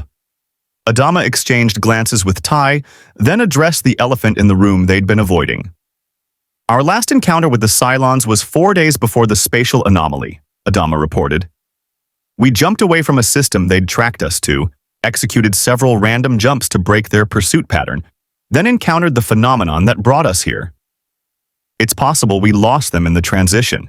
It's also possible they're tracking us right now and will eventually find Earth. How do they track you? Carter asked. Your FTL jump signatures leave detectable radiation traces, Apollo explained. Normally they'd decay within hours, but Cylon sensors are sophisticated. They've been anticipating our jump destinations by analyzing our fuel consumption patterns, calculating likely refuge systems, and positioning forces accordingly. It's why we can't stay anywhere long. Eventually, they find us. But the jump that brought you here wasn't calculated, Daniel noted. You didn't choose this destination. You were pulled through by the Stargate interaction. That might have broken their tracking completely. Or it might have left an exotic particle signature they can follow like a beacon, Balter's voice cut in. He'd been silent until now, listening with the intense focus of someone calculating probabilities. The Stargate phenomenon involved massive energy displacement, subspace distortion, and radiation types that don't exist in normal colonial FTL jumps. If the Cylons detected that signature, they'd investigate. It's exactly the kind of anomaly their analytical processes would flag as significant. So we might have anywhere from days to months before they show up, Adama concluded, which means we need defenses against Cylon infiltration and attack prepared immediately. Thor's expression, subtle for an Asgard but noticeable, shifted to concern. Commander, describe the Cylons' infiltration capability in detail. The Asgard are familiar with machine intelligences, but human-appearing infiltrators are unusually sophisticated. Over the next 20 minutes, the colonial delegation laid out everything they knew about Cylon capabilities. and the skin job models that appeared perfectly human. 12 known models, each with multiple copies. Their resurrection technology that meant killing them was only temporary unless you could prevent the download. Their ability to infiltrate society, manipulate emotions, and conduct long-term operations without detection. The psychological warfare of never knowing who to trust. Carter took notes frantically, her mind already racing through detection possibilities. The fundamental question is, what makes them different from humans at a biological level? There has to be something. Energy signatures, cellular structure, biochemical markers. If we can identify the difference, we can screen for it. Dr. Baltar developed a Cylon detector using nuclear radiation exposure and blood sample analysis, Apollo said. It works, but it's slow. Processing one person takes hours and we have 50,000 to screen. I'll need to examine Baltar's methodology, Carter replied. Maybe I can adapt our medical scanners or develop something faster. Thor, could Asgard technology detect artificial humans? Potentially, Thor replied. Asgard sensors can differentiate between organic and synthetic materials at molecular resolution. However, if these Cylons are sufficiently sophisticated, using organic components, mimicking human biochemistry perfectly, detection would be challenging. I can provide scanning technology, but you would need a confirmed Cylon sample for calibration. Which we don't have, Ty said grimly. When every Cylon we've identified has been either killed or escaped before we could capture them for study. Then we operate under the assumption that infiltration is possible and implement security protocols accordingly, Hammond decided. Compartmentalized information, rotation of personnel, verification procedures, and constant vigilance. It's not perfect, but it's what we have. Adama nodded agreement, then shifted topics. Thor, you mentioned the Asgard are fighting the replicators. Are these related to the Cylons in any way? No. Replicators are a distinct threat.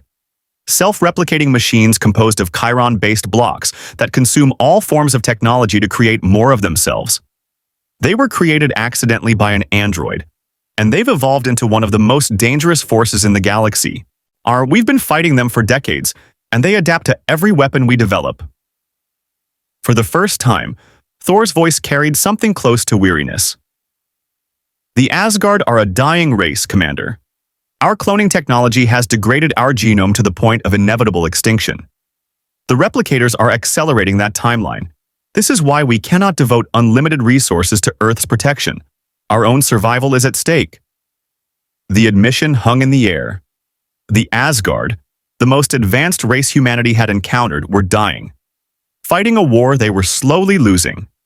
And Earth's protection depended on allies who were themselves facing extinction. We're all in the same position, Daniel said quietly. The Asgard, the Colonial Fleet, Earth, we're all fighting for survival against enemies that could destroy us. Maybe that's why we need each other. None of us can do this alone. Indeed, Teal'c's voice added weight to the observation. The Jaffa learned this truth when we began our rebellion against the Goa'uld. Individual warriors could resist, but only united could we hope to be free. Perhaps this principle applies at civilizational scale. Adama looked around the table, at his officers who'd lost everything, at the holographic image of Earth's general who was betting his planet's future on helping refugees, at the alien who represented a dying race still fighting to protect others. They were the most unlikely alliance imaginable, born from desperation and sustained by stubborn refusal to surrender. General Hammond, the Colonial Fleet formally requests sanctuary on the world Thor has identified, Adama said. We'll cooperate fully with security screening, provide complete access to our technology and tactical knowledge, and integrate our military capability with Earth's defense as needed. In return, we need resources to repair Galactica, supplies for our civilian population, and time to figure out our next move. Request approved, Commander. We'll begin preparations immediately. Hammond's expression softened slightly. Welcome to Earth's extended family. It's complicated, dangerous, and nobody knows if we'll survive. But we face it together. So say we all, Adama replied, invoking the colonial ritual response. And across the secure channel from SGC control room, from Galactica's CIC, and even from Teal'c's deep voice, the response came back, so say we all. 3 days later, SG-1 stepped through the Stargate onto P4X639. Sam and Daniel Jackson couldn't help but think this was exactly the kind of place where civilizations were born. The gate stood in a clearing surrounded by forests that stretched to distant mountains. The sky was clear blue, the air fresh with the scent of vegetation Earth had lost millennia ago. Ruins dotted the landscape, remnants of the civilization the Goa'uld had destroyed, but nature had reclaimed most of it, leaving only stone foundations and the occasional intact structure. "It's beautiful," Carter said, running her environmental scanner. "Atmosphere is nearly identical to Earth, gravity is 0.97 standard, abundant water sources, and the soil samples show high fertility. This could support agriculture immediately. And the ruins give us starting infrastructure," O'Neill added, and examining a partially intact building that had clearly been designed for community use. "Some of these structures could be repaired rather than rebuilt from scratch. Saves time and resources." Teal'c stood watch, his staff weapon ready despite the peaceful appearance. The Goa'uld destroyed this world's people, but they left the land intact. That suggests bombardment targeting population centers rather than total planetary devastation. The wildlife has returned. I observed several species that indicate a healthy ecosystem. Daniel was already examining inscriptions on one of the ruins, his archaeological instincts fully engaged. These people were advanced, sophisticated architecture, organized urban planning. The writing system is related to ancient, which suggests they were either descended from or influenced by the gate builders. He looked up at the sky where Galactica held orbit, coordinating the massive operation about to begin. The 13th tribe looking for Earth found a world destroyed by false gods but left habitable for those who came after. There's poetry in that. "Or just really convenient timing," O'Neill countered, ever the pragmatist. "Either way, it works. Carter, is this place defensible?" "The terrain provides natural defensive positions, and we can set up sensor arrays to detect incoming ships or gate activity. The bigger question is whether the Cylons can track the Colonial Fleet here."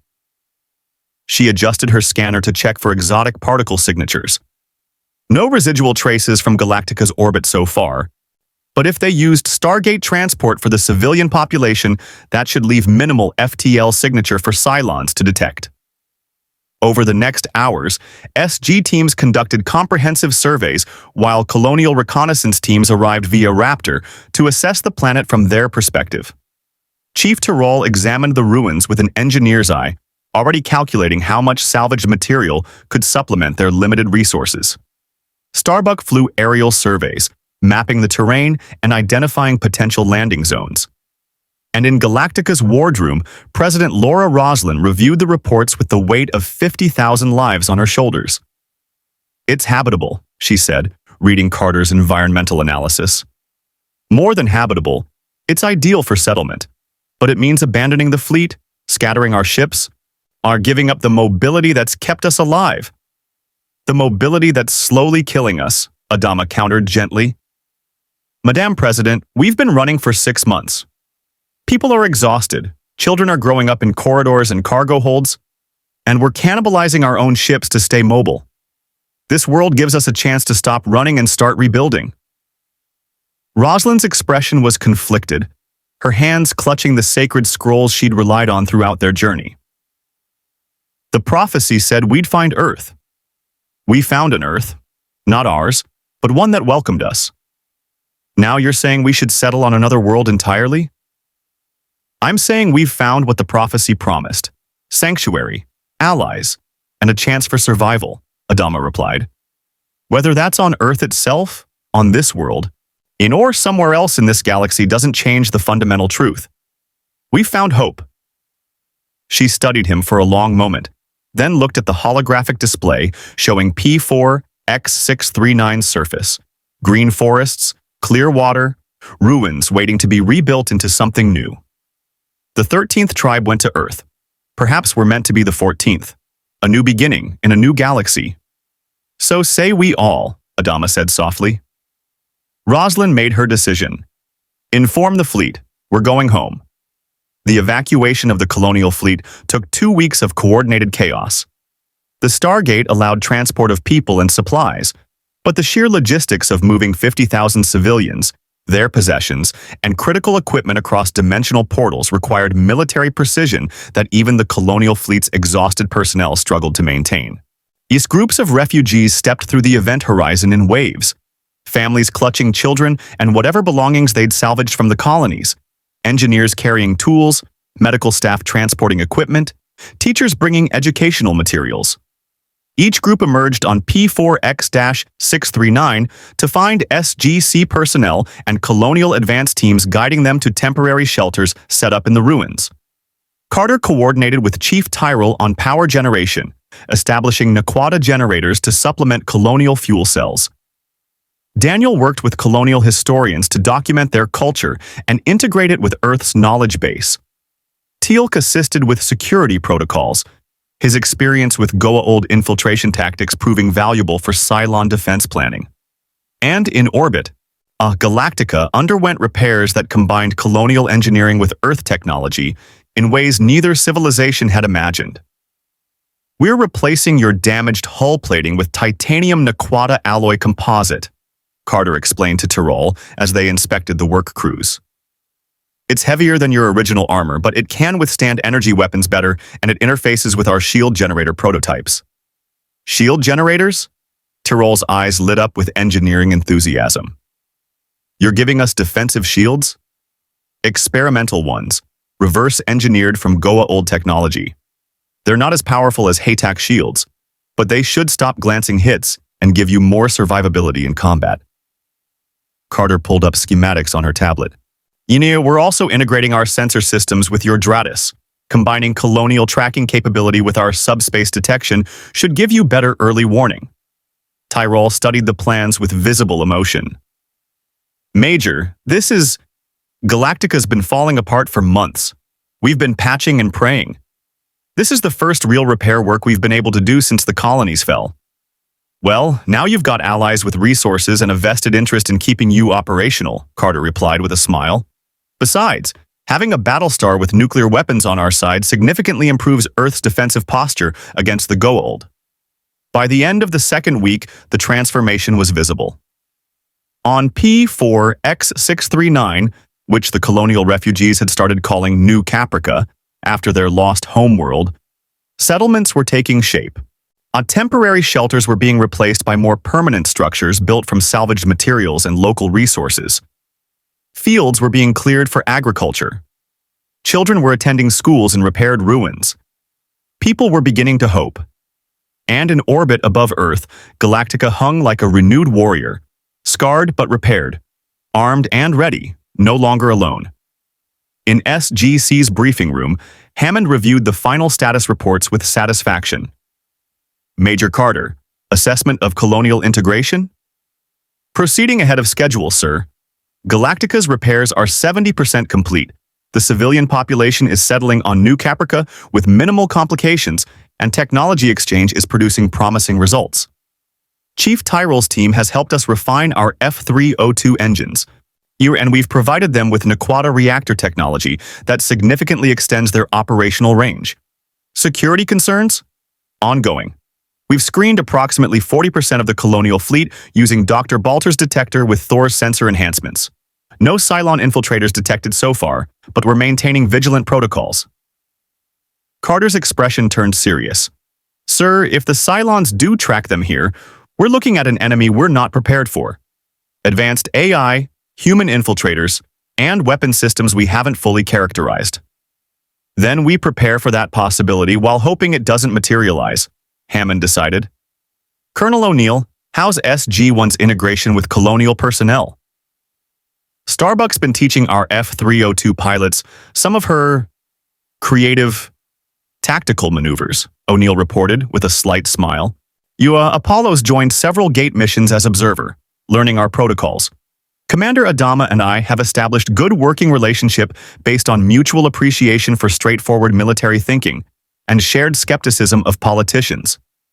He sobered. "They're good people, sir. Exhausted, traumatized, but they're fighters. If the Goa'uld come back, having Galactica on our side changes the tactical equation significantly." "Indeed it does," Teal'c agreed. The Jaffa Rebellion could benefit from coordination with colonial military tactics. Their experience fighting superior technology through determination and adaptation mirrors our own struggle. Daniel leaned forward eagerly. General, the cultural and historical implications are staggering. The colonials have a completely independent development of human civilization, are their own mythology, their own technological evolution. Studying their sacred scrolls alongside ancient databases might reveal connections we've missed about how humanity spread through the galaxy. Continue your research, Dr. Jackson, but remember operational security, Hammond cautioned. We're still learning to trust each other, and information is a weapon. The briefing concluded, but as the team filed out, an alarm sounded. Not battle stations, but the distinctive tone indicating incoming wormhole from off-world. Unscheduled off-world activation, Sergeant Davis announced from the control room. Hammond and SG-1 rushed to the gate room as the event horizon stabilized. The incoming traveler code showed SG-3's IDC, but they weren't due back for another 12 hours. Colonel Makepeace stumbled through the gate, his uniform torn and scorched, supporting a wounded team member. Medical team to the gate room. We've got casualties and incoming hostiles. Close the iris, Hammond ordered, but Makepeace shook his head desperately. Can't, sir. SG-5 is 30 seconds behind us. They're under fire from Jaffa forces. It's a trap. Apophis knew we'd be surveying worlds for colonial settlement. He's been watching. The implications crystallized instantly. Apophis hadn't retreated. He'd been planning. Learning about Earth's alliance with the Colonial Fleet, identifying likely settlement worlds, and preparing to strike where it would hurt most. And now he knew about the Stargate, knew about Earth's expansion, and was preparing to counter it. The second wormhole travelers burst through, SG-5, equally damaged, carrying data crystals with intelligence that would change everything. Because Apophis wasn't just planning to attack Earth or the Colonial Fleet, he was forming an alliance with other system lords specifically to eliminate the combined human threat before it grew stronger. The war both civilizations had been fighting separately was about to become one conflict, and neither humanity was ready for what was coming. The briefing room had never held so many people from so many different origins. General Hammond sat at the head of the table with SG-1 arrayed around him. Commander Adama attended via holographic link from Galactica, with President Roslin, Colonel Ty, and Captain Apollo visible beside him. Thor's small form occupied a specially designed chair, his large eyes reflecting the gravity of the intelligence SG-3 and SG-5 had brought back. And standing against the wall, arms crossed and expression skeptical, Dr. Balter listened with the intensity of someone calculating probabilities he didn't like. Major Makepeace stood despite his injuries, pointing to tactical displays showing reconnaissance data. We were surveying P7J-989, a world SG-5 had flagged as potential colonial settlement backup. On standard procedure, MALP showed no immediate threats. We gated in, began environmental assessment. That's when the ambush hit. The display shifted to combat footage from Makepeace's helmet camera. Jaffa warriors emerging from concealment, staff weapons firing in coordinated volleys. But these weren't random patrols. They'd been waiting specifically for Earth teams. They knew we'd come, Makepeace continued grimly. They had observers positioned to record our protocols, our equipment, our team composition. They weren't trying to kill us. They were gathering intelligence. We lost 2 people covering our retreat, but we got out with this. He activated a data crystal that SG-5 had retrieved from a hidden Goa'uld observation post. The translation scrolled across screens in both English and Ancient, and what it revealed made the temperature in the room drop 10 degrees.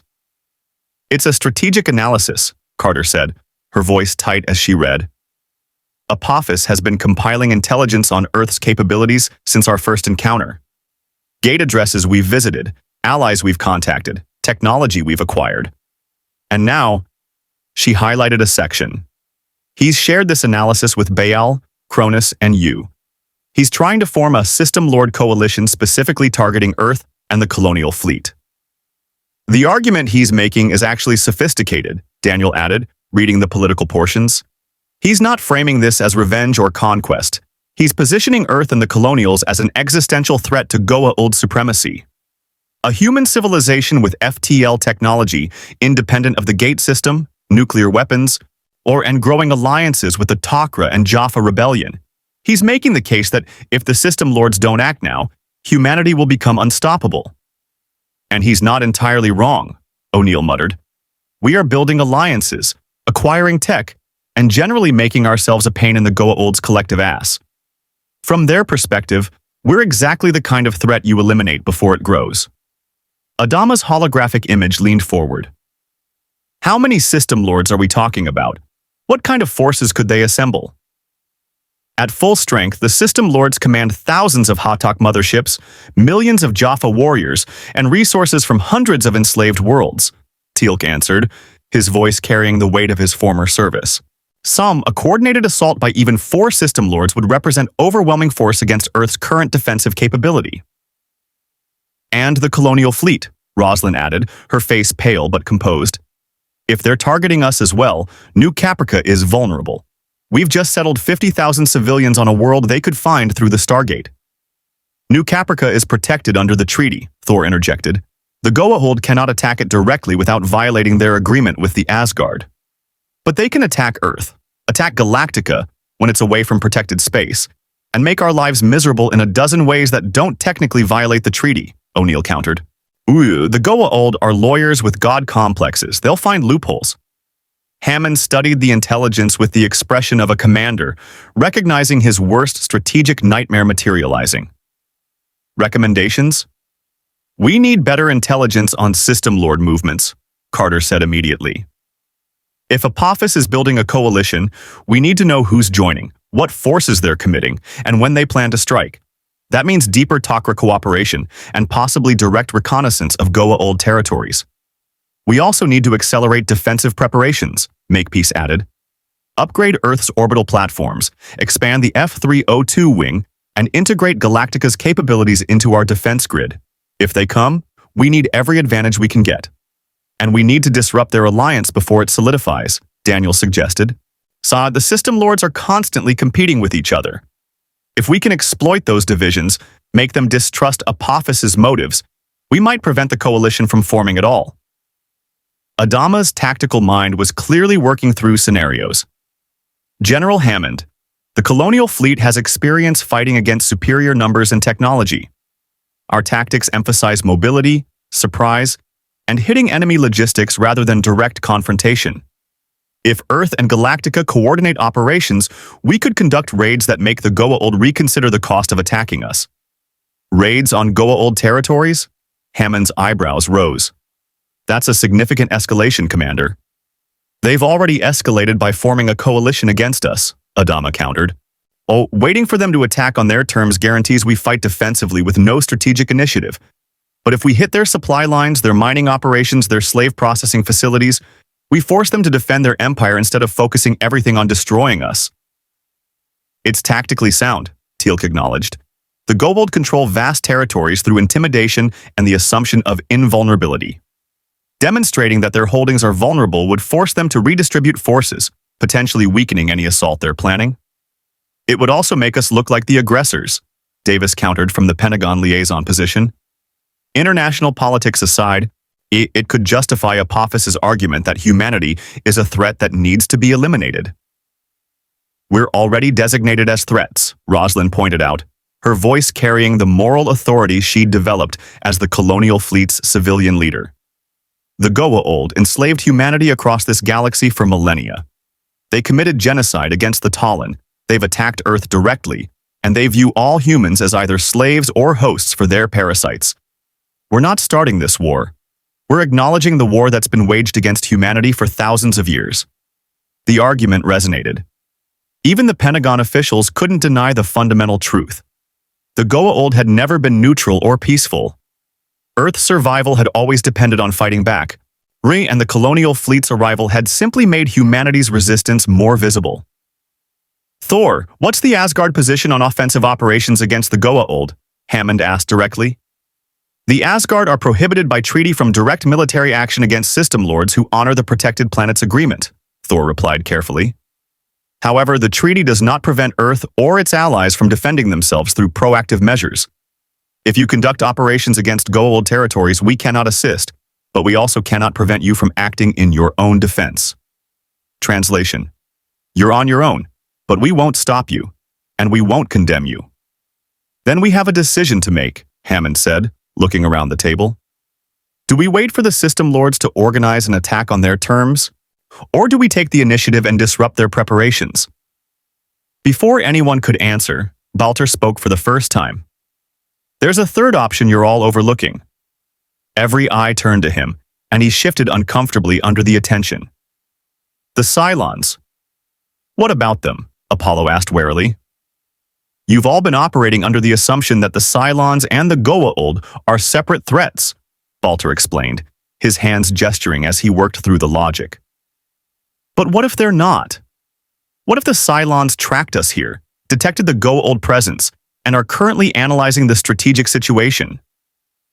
Advanced AI, encountering parasitic beings who control hosts through biological integration. That's exactly the kind of data the Cylons would find fascinating. The implications were chilling. Ike Carter's face went pale as she followed the reasoning. If the Cylons make contact with the Goa'uld, they could share technology, Baltar continued. Cylon infiltration capabilities combined with Goa'uld host-taking. Resurrection technology that could make Goa'uld symbiotes functionally immortal. Or worse, the Cylons could view the Goa'uld as competitors and attack them, triggering a three-way war with Earth caught in the middle. Or they could form an alliance against humanity, Ty said grimly. Machines that believe humans are obsolete meeting false gods who view humans as slaves. They'd have common cause. The scenario was nightmare fuel, and Hammond's expression showed he recognized the danger. Do we have any evidence the Cylons have tracked the Colonial Fleet here? None, Adama admitted. No sensor contacts, no unusual activity, no signs of Cylon presence. But absence of evidence isn't evidence of absence. They could be watching, analyzing, waiting for the optimal moment to strike. Then we operate under the assumption that we face multiple potential threats and prepare accordingly, Hammond decided. Major Carter, I want comprehensive defensive planning that accounts for Goa'uld assault, Cylon infiltration, or coordinated attack. Work with Chief Tyrell and Colonial Tactical Officers. Colonel O'Neill, coordinate with Commander Adama on potential offensive operations against Goa'uld targets. Identify high-value, low-risk objectives that would force the System Lords to reconsider their coalition. I want options, not commitments. Dr. Jackson, work with the Tok'ra. See if they can provide intelligence on System Lord communications and alliance negotiations. We need to know who's joining Apophis and who might be persuaded to stay neutral. Teal'c, coordinate with the Jaffa Rebellion. If we're going to conduct raids on Goa'uld territories, having Jaffa allies who know those systems would be invaluable. Orders given, the meeting began to break up, but Rosalind's voice stopped them. General Hammond, there's one more thing we need to discuss. The civilians on New Caprica. They're protected under treaty, Hammond replied. Protected from direct Goa'uld attack, yes, Rosalind acknowledged. But not from starvation if supply lines are cut. Not from isolation if the Stargate becomes too dangerous to use. And not from the psychological impact of knowing they're living on a world surrounded by enemies. She met his eyes with absolute seriousness. These people have already survived one apocalypse. They've lost their homes, their civilization, everything they knew. If we're about to drag them into another war, they deserve to know. They deserve the choice to stay or relocate somewhere safer. There is nowhere safer, Adama said quietly. The 12 colonies proved that. New Caprica is as close to safety as we're going to find in this galaxy or any other. Then we defend it, Rosalind stated simply. All of it. Earth, New Caprica, the Gate Network, and every human who's trying to survive in a galaxy that treats us as either slaves or targets. We've run far enough. So say we all, came the response, from colonial officers, from SG-1, me, and even from Hammond himself. 72 hours later, SG-1 gated to a world the Tok'ra designated as a safe meeting site. The planet was unremarkable, rocky, barely habitable, chosen specifically because no Goa'uld would find value in it. But beneath the surface, Takra tunnel crystals had grown a temporary base where representatives from multiple resistance factions could gather without risk. Jacob Carter, Sam's father and host to the Takra symbiote Selmak, greeted them as they descended into the tunnels. "Sam, Jack, good to see you, though I wish the circumstances were better." "Dad." Carter hugged him briefly, the complex dynamic of talking to her father while knowing an alien symbiote shared his consciousness, still something she was adjusting to. "What's the situation?" "Deteriorating rapidly," Jacob replied, all leading them deeper into the tunnel complex. Selmak says the System Lords are taking Apophis's proposal seriously. Ball is particularly interested. He sees Earth's technology as a threat to his own ambitions. Yu is hesitant, but he's also pragmatic. If enough System Lords commit, he'll join to avoid being isolated. They entered a crystalline chamber where Takra operatives worked at stations, monitoring Goa'uld communications. One wall displayed a tactical map of Goa'uld territories, showing System Lord domains and the shifting alliances between them. "The problem is Apophis is right," Jacob continued. "From the Goa'uld perspective, Earth has gone from irrelevant primitive world to legitimate threat in just 2 years. You've destroyed motherships, liberated Jaffa, acquired ancient and Asgard technology, and now you've allied with another human civilization that has independent FTL capability. That's terrifying to beings whose power is built on human subjugation and technological superiority. So they're going to hit us hard before we get stronger," O'Neill summarized. "When?" "Unknown. The coalition is still forming, and the System Lords are arguing about who leads, who contributes what forces, and how to divide the spoils after they defeat you." Jacob's expression was grim. "But Selmak estimates you have weeks, not months. Maybe a month and a half at the outside." Daniel pulled up data on his tablet. "Can the Takra help disrupt the coalition? Feed misinformation, play on System Lord rivalries, anything to slow them down or prevent them from coordinating?" "We're already working on it," another voice said. Martuf, a Takra operative SG-1 had worked with before, host to Lantash. "We've planted intelligence suggesting Apophis intends to claim Earth's Stargate for himself and exclude other System Lords from the spoils. We've also suggested to Baal that Apophis is using the coalition as a way to eliminate rivals while appearing to unite them." "Classic divide and conquer," O'Neill approved. "Will it work?" "Temporarily," Martuf replied. "The System Lords are paranoid and treacherous by nature. They'll spend time investigating our misinformation, arguing among themselves, and jockeying for position. But eventually they'll realize Earth is too valuable a target to let internal politics prevent action." Teal'c studied the tactical map with the experience of a former First Prime. "What are the likely Goa'uld strategies? And how would they deploy forces against Earth and the Colonial Fleet?" Jacob highlighted several scenarios. "Most likely, an overwhelming simultaneous strike on Earth itself, attacking through the Stargate with ground forces while Haytax engage orbital defenses. They'd try to capture the gate to prevent you from calling for help or evacuating. Secondary targets would include any human settlements they can identify, including New Caprica if they're willing to risk treaty violations. Galactica would be a priority target," Teal'c noted. "They cannot allow a Battlestar with nuclear weapons to remain operational." "Agreed. They'd try to engage Galactica away from Earth and protected space, probably by threatening a target the Colonial Fleet can't ignore, like civilian settlements or supply convoys." Jacob pulled up force estimates. "Apophis alone commands 50 Hataks. If Baal, Yu, and even 2 other System Lords join, you're looking at potential deployment of 200 motherships, thousands of Death Gliders, and millions of Jaffa warriors. Even with Galactica and Earth's recent upgrades, those numbers are overwhelming." The silence that followed was heavy. 200 Haytaks. Even with every advantage Earth and the Colonial Fleet possessed, those numbers meant annihilation. "Then we don't fight them directly," Carter said, her tactical mind working through alternatives. "We use the Stargate's mobility advantage, hit their supply lines, force them to defend multiple locations, make them spread their forces thin instead of concentrating everything against Earth." "That's essentially guerrilla warfare against a galactic empire," Daniel noted. "It could work, But it requires perfect intelligence on Goa'uld operations and the ability to strike fast before they respond. It also requires forces willing to conduct deep raids into enemy territory, Martouf added. SG teams are skilled, but you'd need more than a few teams to create the kind of disruption necessary to derail a System Lord coalition. We have more than a few teams, O'Neill replied.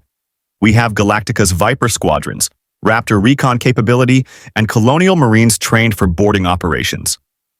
Combine that with SG teams who know the Stargate network, Tok'ra intelligence, and Jaffa rebels who can operate inside Goa'uld territories, we can hit them where they're not expecting it. The Jaffa rebellion would support this, Teal'c confirmed. Yeah, Master Bratak has been seeking opportunities to strike meaningful blows against the System Lords. Coordinated raids that demonstrate Goa'uld vulnerability would inspire more Jaffa to join our cause. Jacob looked at his daughter with paternal concern, mixing with Selmak's tactical assessment. Sam, you're talking about conducting offensive operations across multiple Goa'uld-controlled systems with forces that are already stretched thin defending Earth. If even one mission goes wrong, you could lose teams that you can't afford to replace. If we don't disrupt their coalition, they'll attack Earth with overwhelming force and we lose everything, Carter countered. At least this way we're taking initiative, dictating the terms of engagement and forcing them to react to us. There's another consideration, Daniel added quietly.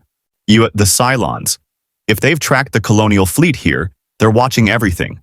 Seeing Earth and the Colonial Fleet conduct coordinated military operations, building alliances, acquiring technology, that's intelligence the Cylons would find extremely valuable.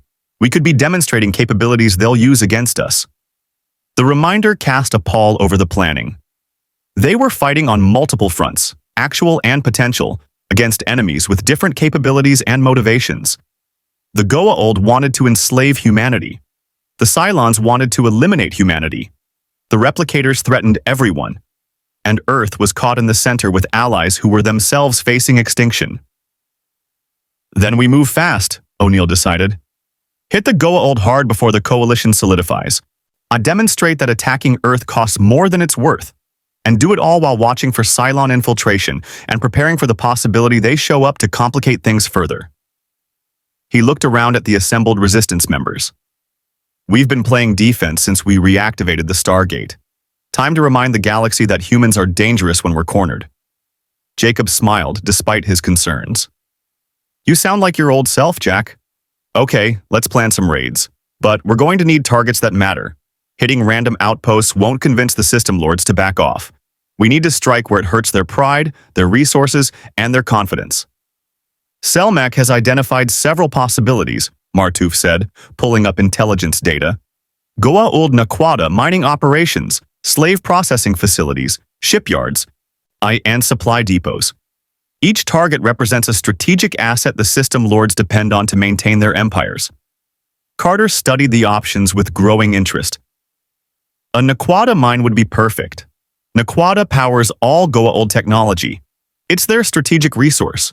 If we could destroy or capture a major mining operation, it would ripple through their entire logistics chain. And liberating slaves would demonstrate to the Jaffa and human populations that the Goa'uld aren't invulnerable, Daniel added. Psychological warfare alongside material damage. There's a facility on P3R233, Martouf highlighted it on the map. Major Naquadah mining operations supplying Apophyse's fleet. Defended by a garrison of Jaffa, but intelligence suggests they're overconfident. They've never faced organized resistance. If SG teams could infiltrate through the gate while colonial forces provided orbital support, we'd need perfect timing, Teal'c noted. The Jaffa garrison will summon Hatak support the moment they're under attack. We would have limited time to achieve objectives and evacuate. That's where Galactica comes in, O'Neill said, the plan forming. Colonial Raptors do recon, identify defensive positions and patrol patterns. SG teams gate in, hit the facility fast, liberate prisoners, and destroy the mining equipment. Galactica jumps in with Vipers, engages any responding Hataks long enough for teams to extract through the gate. It's in, out, and gone before the Goa'uld can organize a response. It's also incredibly dangerous, Jacob warned. If Galactica gets caught in a prolonged engagement with multiple Hataks, those experimental shields won't hold. And if the gate gets cut off, Your ground teams are stranded. It's also exactly the kind of operation that demonstrates Earth and the Colonial Fleet working together as a unified force, Carter countered.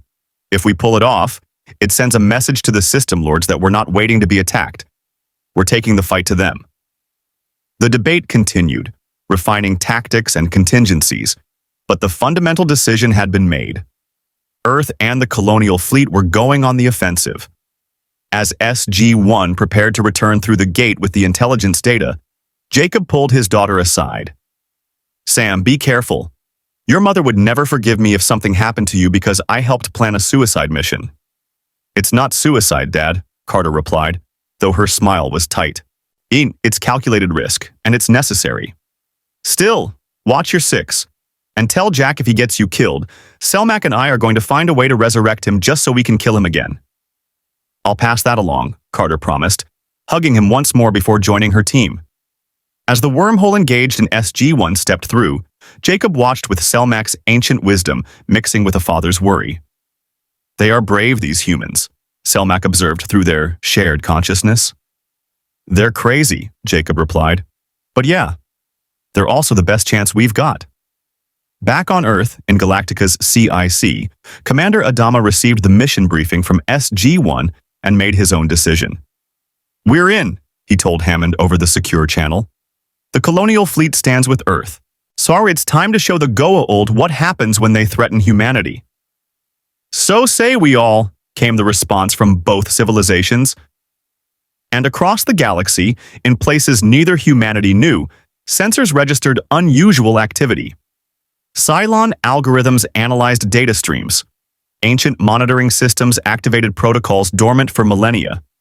And the Goa'uld system lords continued their plotting, unaware that the prey they'd targeted was about to bite back.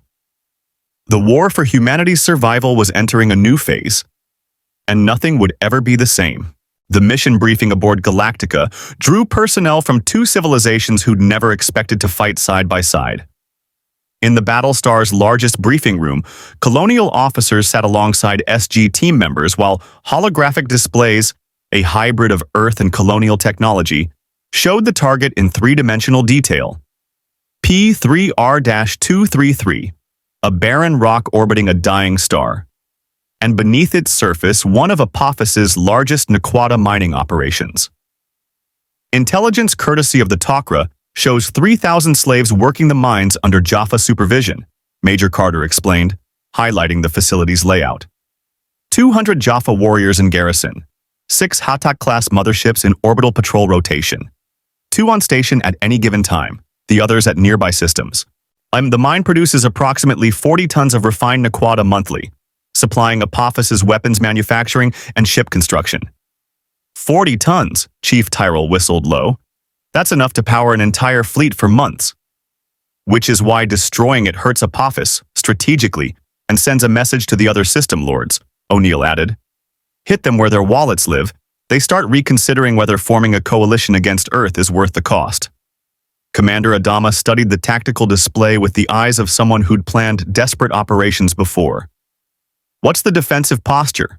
Are the Haytaks positioned to respond to surface assault, or are they watching for external threats? Both, Teal'c answered, pulling up Goa'uld's standard operating procedures from his time as First Prime. The Haytaks maintain orbital surveillance over the Stargate and mining facility. Their primary concern is slave revolts, not external attack. Apophis assumes no force would be foolish enough to strike this deep into his territory. This confidence is our advantage. And our problem, Apollo noted from his position beside his father. The moment we engage, those Haytaks will call for reinforcements. Even if we take out the 2 on station, more will arrive through hyperspace within minutes. We need to complete the mission and extract before we're overwhelmed. Starbuck leaned back in her chair, that familiar, reckless gleam in her eyes. So we hit hard, hit fast, and get out before the pyramids know what happened. Sounds like every mission we ran against the Cylons. What's the plan? Carter activated the mission timeline. See Phase 1, Reconnaissance. Colonial Raptors perform stealth survey to confirm current defensive positions and identify patrol patterns. We need real-time intelligence, not just Tok'ra estimates. Phase 2, Insertion. SG-1, SG-3, and SG-12 gate in simultaneously at different locations: the main mining facility, the slave quarters, and the Jaffa garrison. Our objectives: liberate the slaves, destroy the refining equipment, and eliminate Goa'uld command and control. Phase 3. Orbital support. Galactica jumps in with full Viper complement. Your mission is to engage the Haytaks, keep them busy, and prevent them from targeting the surface or the Stargate. You need to hold them for exactly 20 minutes, long enough for ground teams to complete objectives and evacuate. Phase 4. Extraction. All ground teams return through the gate. A Galactica jumps out. Mission complete. The silence that followed was professionals recognizing just how many things could go wrong. 20 minutes of holding off 2 Haytak motherships with their Death Glider complements. 3,000 slaves to evacuate through a single Stargate while Jaffa warriors tried to stop them. Refined Naquata stores that would explode spectacularly if damaged incorrectly. And all of it coordinated across dimensional portals and FTL jumps without real-time communication once operations began. "I've run easier missions in flight simulators," Starbuck said dryly. "And those ended with everybody dying. That's why we've been training," Colonel Makepeace interjected. SG-3's commander had coordinated with Colonial forces for the past week, running joint exercises in everything from gate procedures to close-quarters combat. "The Colonials know their job. We know ours. Together we've got a chance." "A chance," Ty repeated, his weathered face skeptical. "Commander, I have to say, this is one hell of a first joint operation to cut our teeth on. Wouldn't something smaller be a better test?" "Smaller targets won't convince the system lords to back off," Adama replied.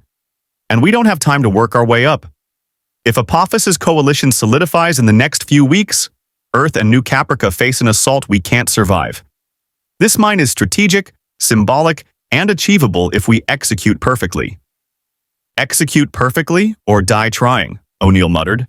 "That's pretty much every mission SG-1 runs. At least this time we've got a Battlestar for backup."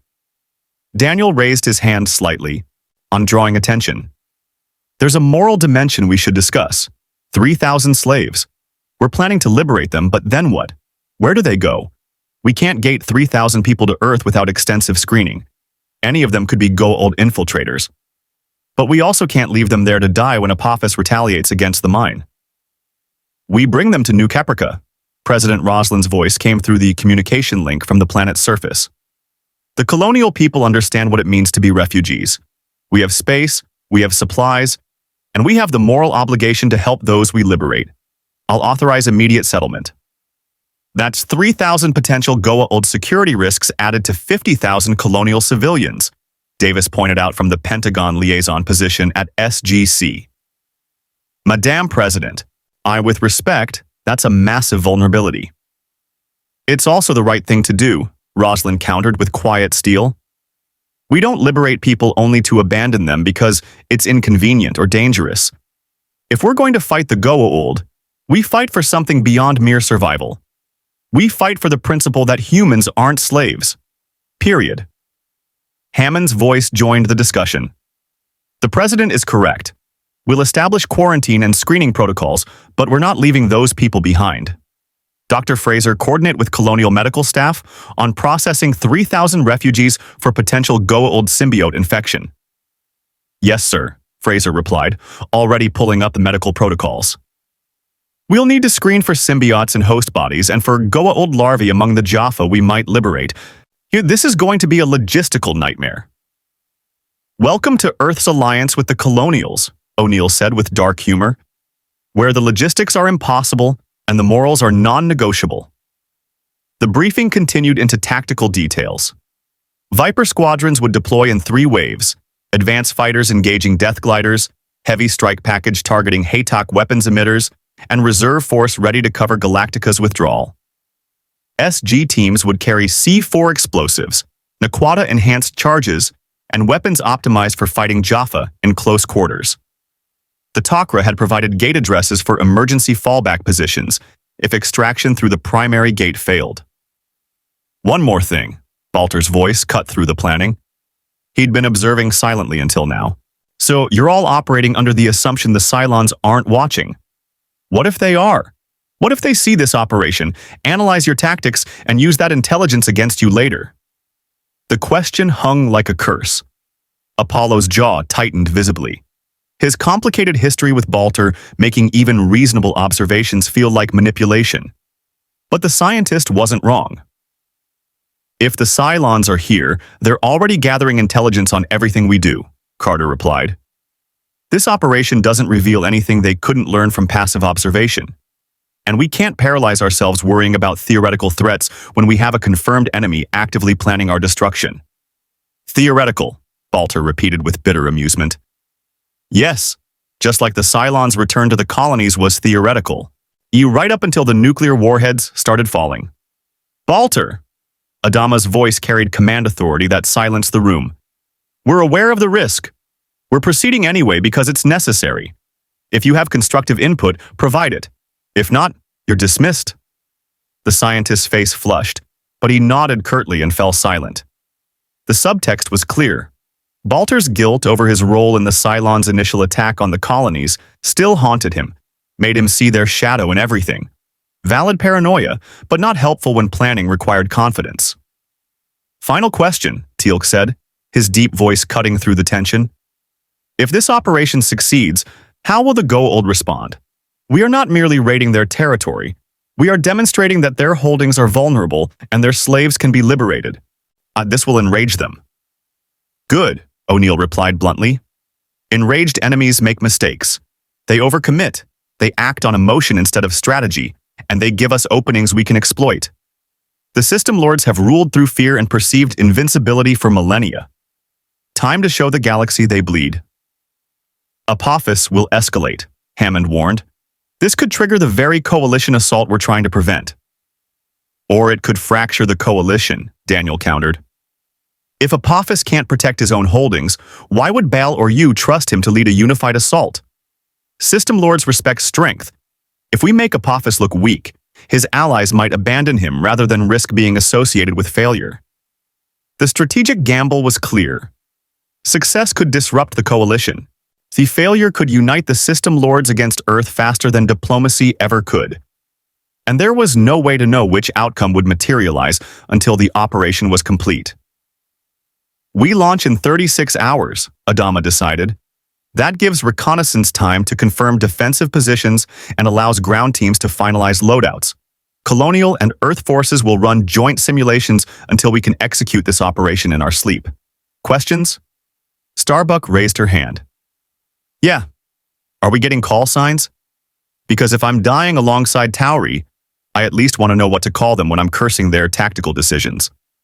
That broke the tension. O'Neill grinned. I'm Darkstar, Carter's Phoenix, Daniel's Scholar, Teal'c's. He paused. What is your call sign? I do not require such designation, Teal'c replied with the faintest hint of amusement. He's T, O'Neill declared. Short, simple, intimidating. Starbuck, you're already legendary. Apollo, you've got the God thing covered. Let's add some more call signs to the roster and make sure the Goa'uld know exactly who's kicking their asses. The briefing dissolved into the controlled chaos of mission preparation. Technical specialists arguing about explosives placement, pilots comparing fighter capabilities, medics coordinating triage procedures for mass casualties. Two civilizations learning to function as one military force on a timeline measured in hours. 36 hours later, the Raptor-designated Ghost 1 executed a micro-jump into P3R233 system, or emerging thousands of kilometers from the planet in the shadow of an asteroid field. Inside, the reconnaissance team sat in disciplined silence while sensors swept the target area. Dratus contact, the EQO, Electronic Countermeasures Officer, reported quietly. 2 Haytaks in stationary orbit over the mining facility, exactly where Takra intelligence indicated. Death glider patrols active, standard search pattern. The pilot, a veteran named Racetrack, kept the Raptor's profile minimal while maneuvering closer. Colonial stealth systems weren't perfect, but they were good enough for passive observation. The sensors painted a detailed picture that fed real-time to Galactica and SGC.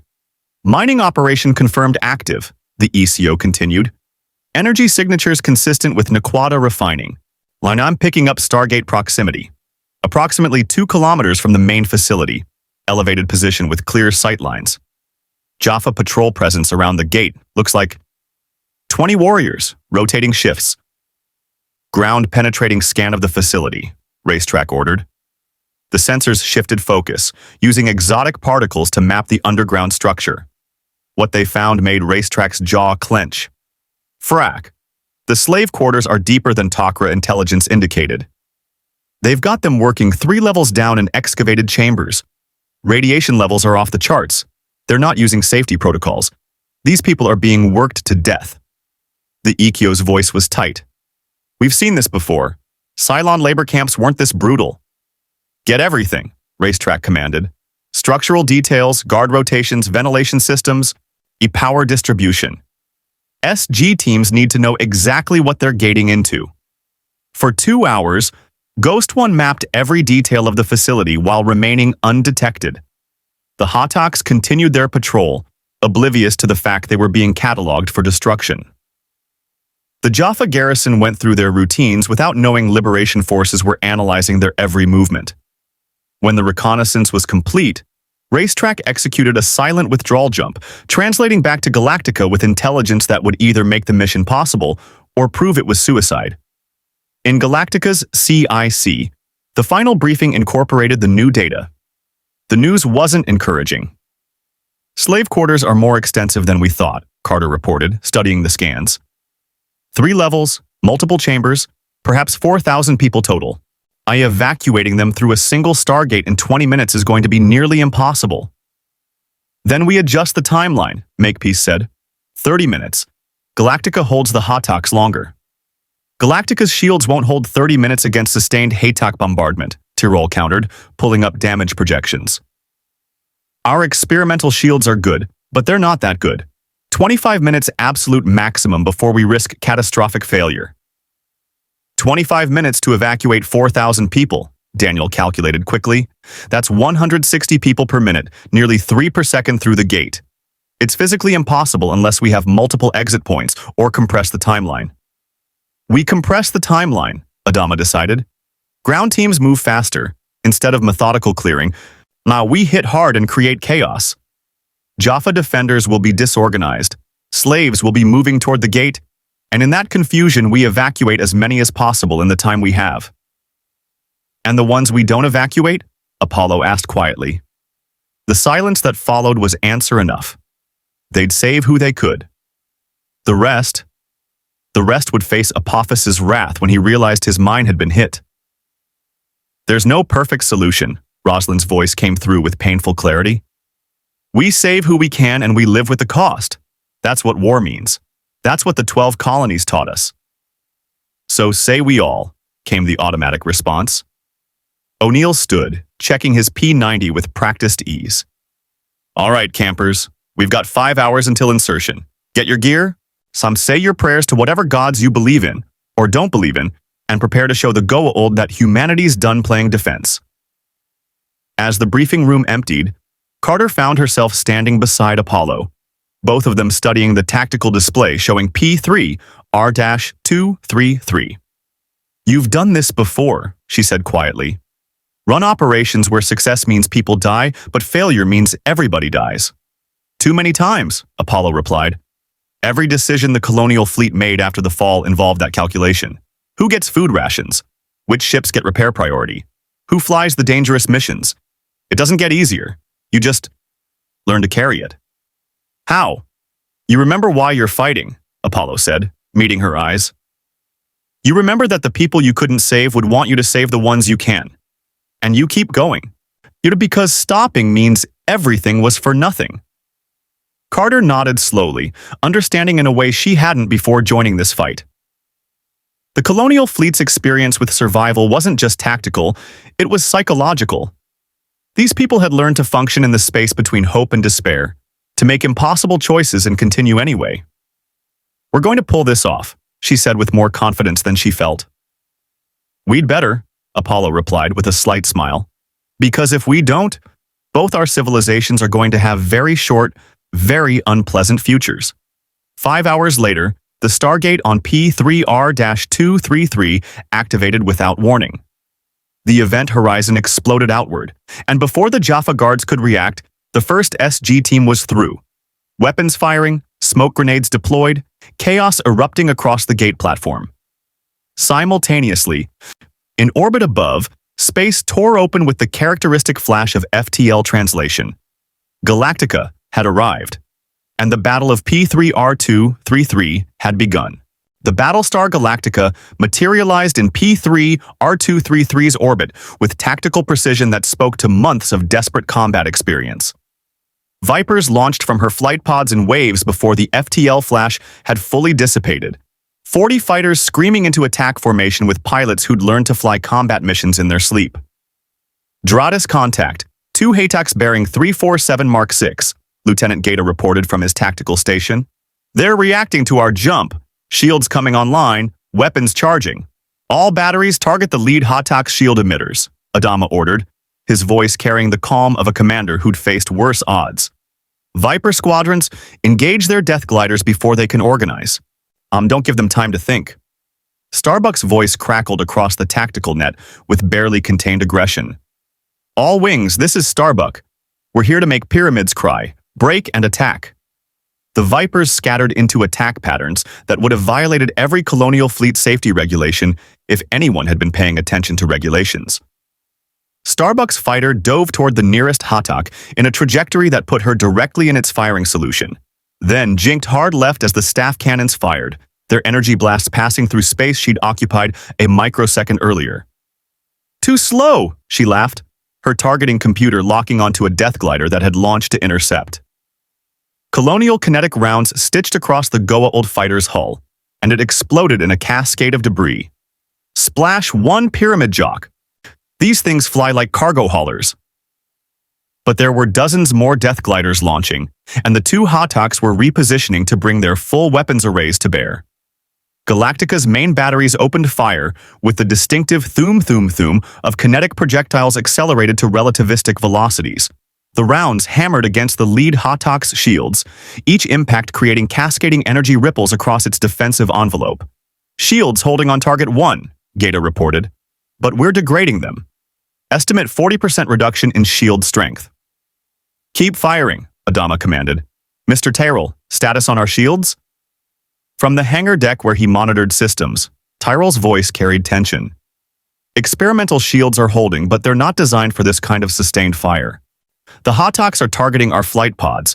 They're trying to cut off our fighter support. If they breach the pods, we lose Viper operations. Then we don't let them breach, Ty growled from his station. Apollo, get those strike Vipers on target. Take out their weapons emitters before they concentrate fire. Apollo, who'd launched with the second wave, acknowledged and led his squadron in a high-speed attack run along the Haytak's hull. The pyramid-shaped vessel was massive, its surface bristling with weapons ports and shield projectors. Finding the critical systems required intimate knowledge of Goa'uld design that SG-1 had provided during mission prep. Strike package target coordinates are marked, Apollo transmitted, his fighter's sensors highlighting weak points in the Haytak's architecture. East, concentrate fire on the emitter clusters. We take those out, Galactica can punch through their shields. The Vipers dove in perfect coordination. 12 fighters, each pilot a veteran of countless battles against Cylon raiders. The Goa'uld death glider pilots were skilled, but they'd never faced opponents who flew like their lives depended on split-second decisions, because their lives had depended on split-second decisions for months. Colonial ordnance, explosive rounds designed to penetrate armor, slammed into the Haytak's shield emitters. The first volley degraded the shields further. The second volley penetrated, and explosions blossomed across the mothership's surface as critical systems took direct hits. Target 1 shields at 20%, Gata reported. They're trying to reroute power, but we've damaged their primary grid. Fire nuclear warheads, Adama ordered. Let's see how their shields handle something they've never been designed for. From Galactica's launch tubes, 2 nuclear-tipped missiles screamed toward the crippled Haytak. The Goa'uld vessel tried to maneuver, but its mass and momentum made quick movement impossible. The warheads penetrated the degraded shields and detonated against the hull in twin miniature suns. The electromagnetic pulse washed across the Haytax systems. The radiation scrambled their sensors, and the kinetic shockwave, undiminished by shields that weren't calibrated for nuclear weapons, cracked the pyramid structure like an egg. Target 1 is breaking apart. Gaeta's voice carried shock and satisfaction. We just killed a Hatak. But the second Hatak was learning. Its commander, whoever they were, had watched their companion vessel die and was adapting. The mothership withdrew to extended range, using its staff cannons to keep Galactica engaged while transmitting urgent calls for reinforcement. They're calling for backup, Ty warned. More Haytaks will jump in within minutes. Then our ground teams better work fast, Adama replied, his eyes fixed on the chronometer. 25 minutes. That's how long Galactica could hold. 25 minutes for SG teams to liberate 4,000 slaves and destroy a strategic mining facility. The clock was running. On the surface of P3R233, SG-1 materialized through the Stargate directly into chaos. The Jaffa guards at the gate platform had been caught completely off guard by the sudden activation and the smoke grenades that immediately obscured visibility. O'Neill's P-90 chattered in controlled bursts, not aiming to kill but to suppress and disorient. The Jaffa were warriors, but they'd never faced this kind of aggressive assault. Gate secure, O'Neill shouted over the tactical net. SG-3, SG-12, you're clear to come through. The Stargate activated twice more in rapid succession as the other teams materialized. Colonel Makepeace led SG-3 toward the Jaffa garrison with devastating efficiency. These weren't exploration scientists but combat specialists trained for exactly this kind of direct action.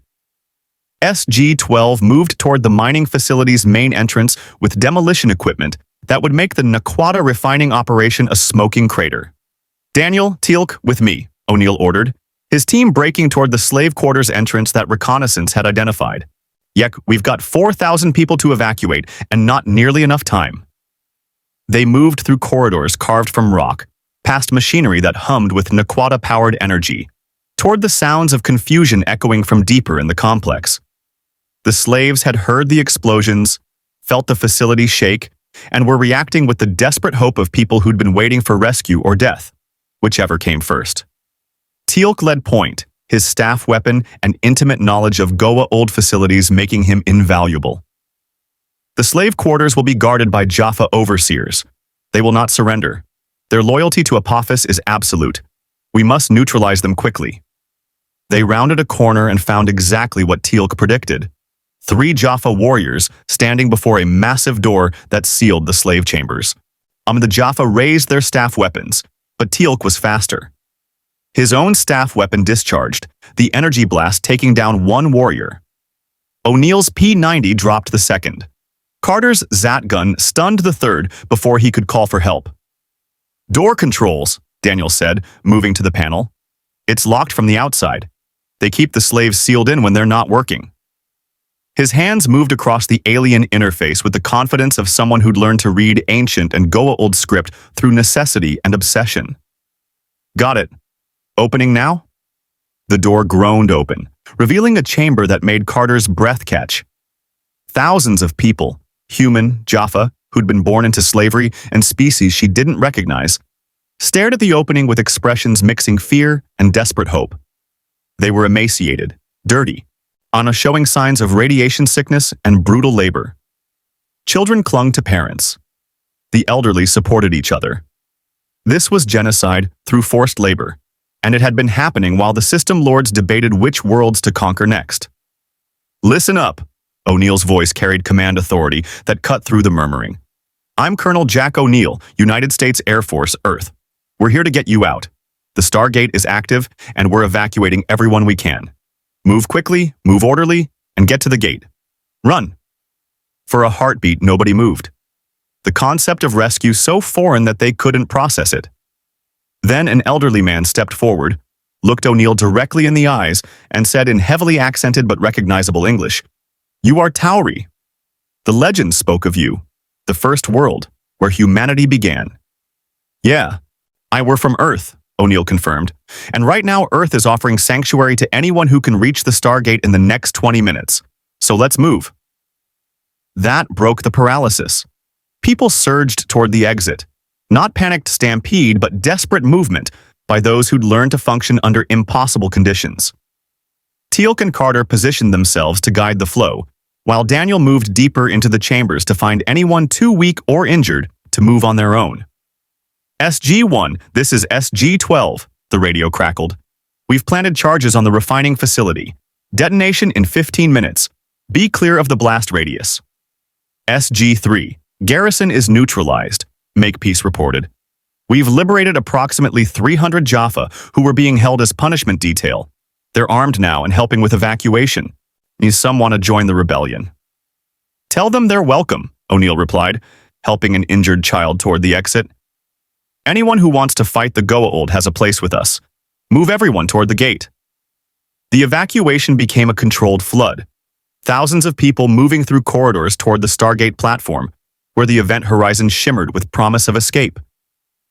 SG team members positioned themselves at critical points, keeping the flow moving while watching for Jaffa reinforcements.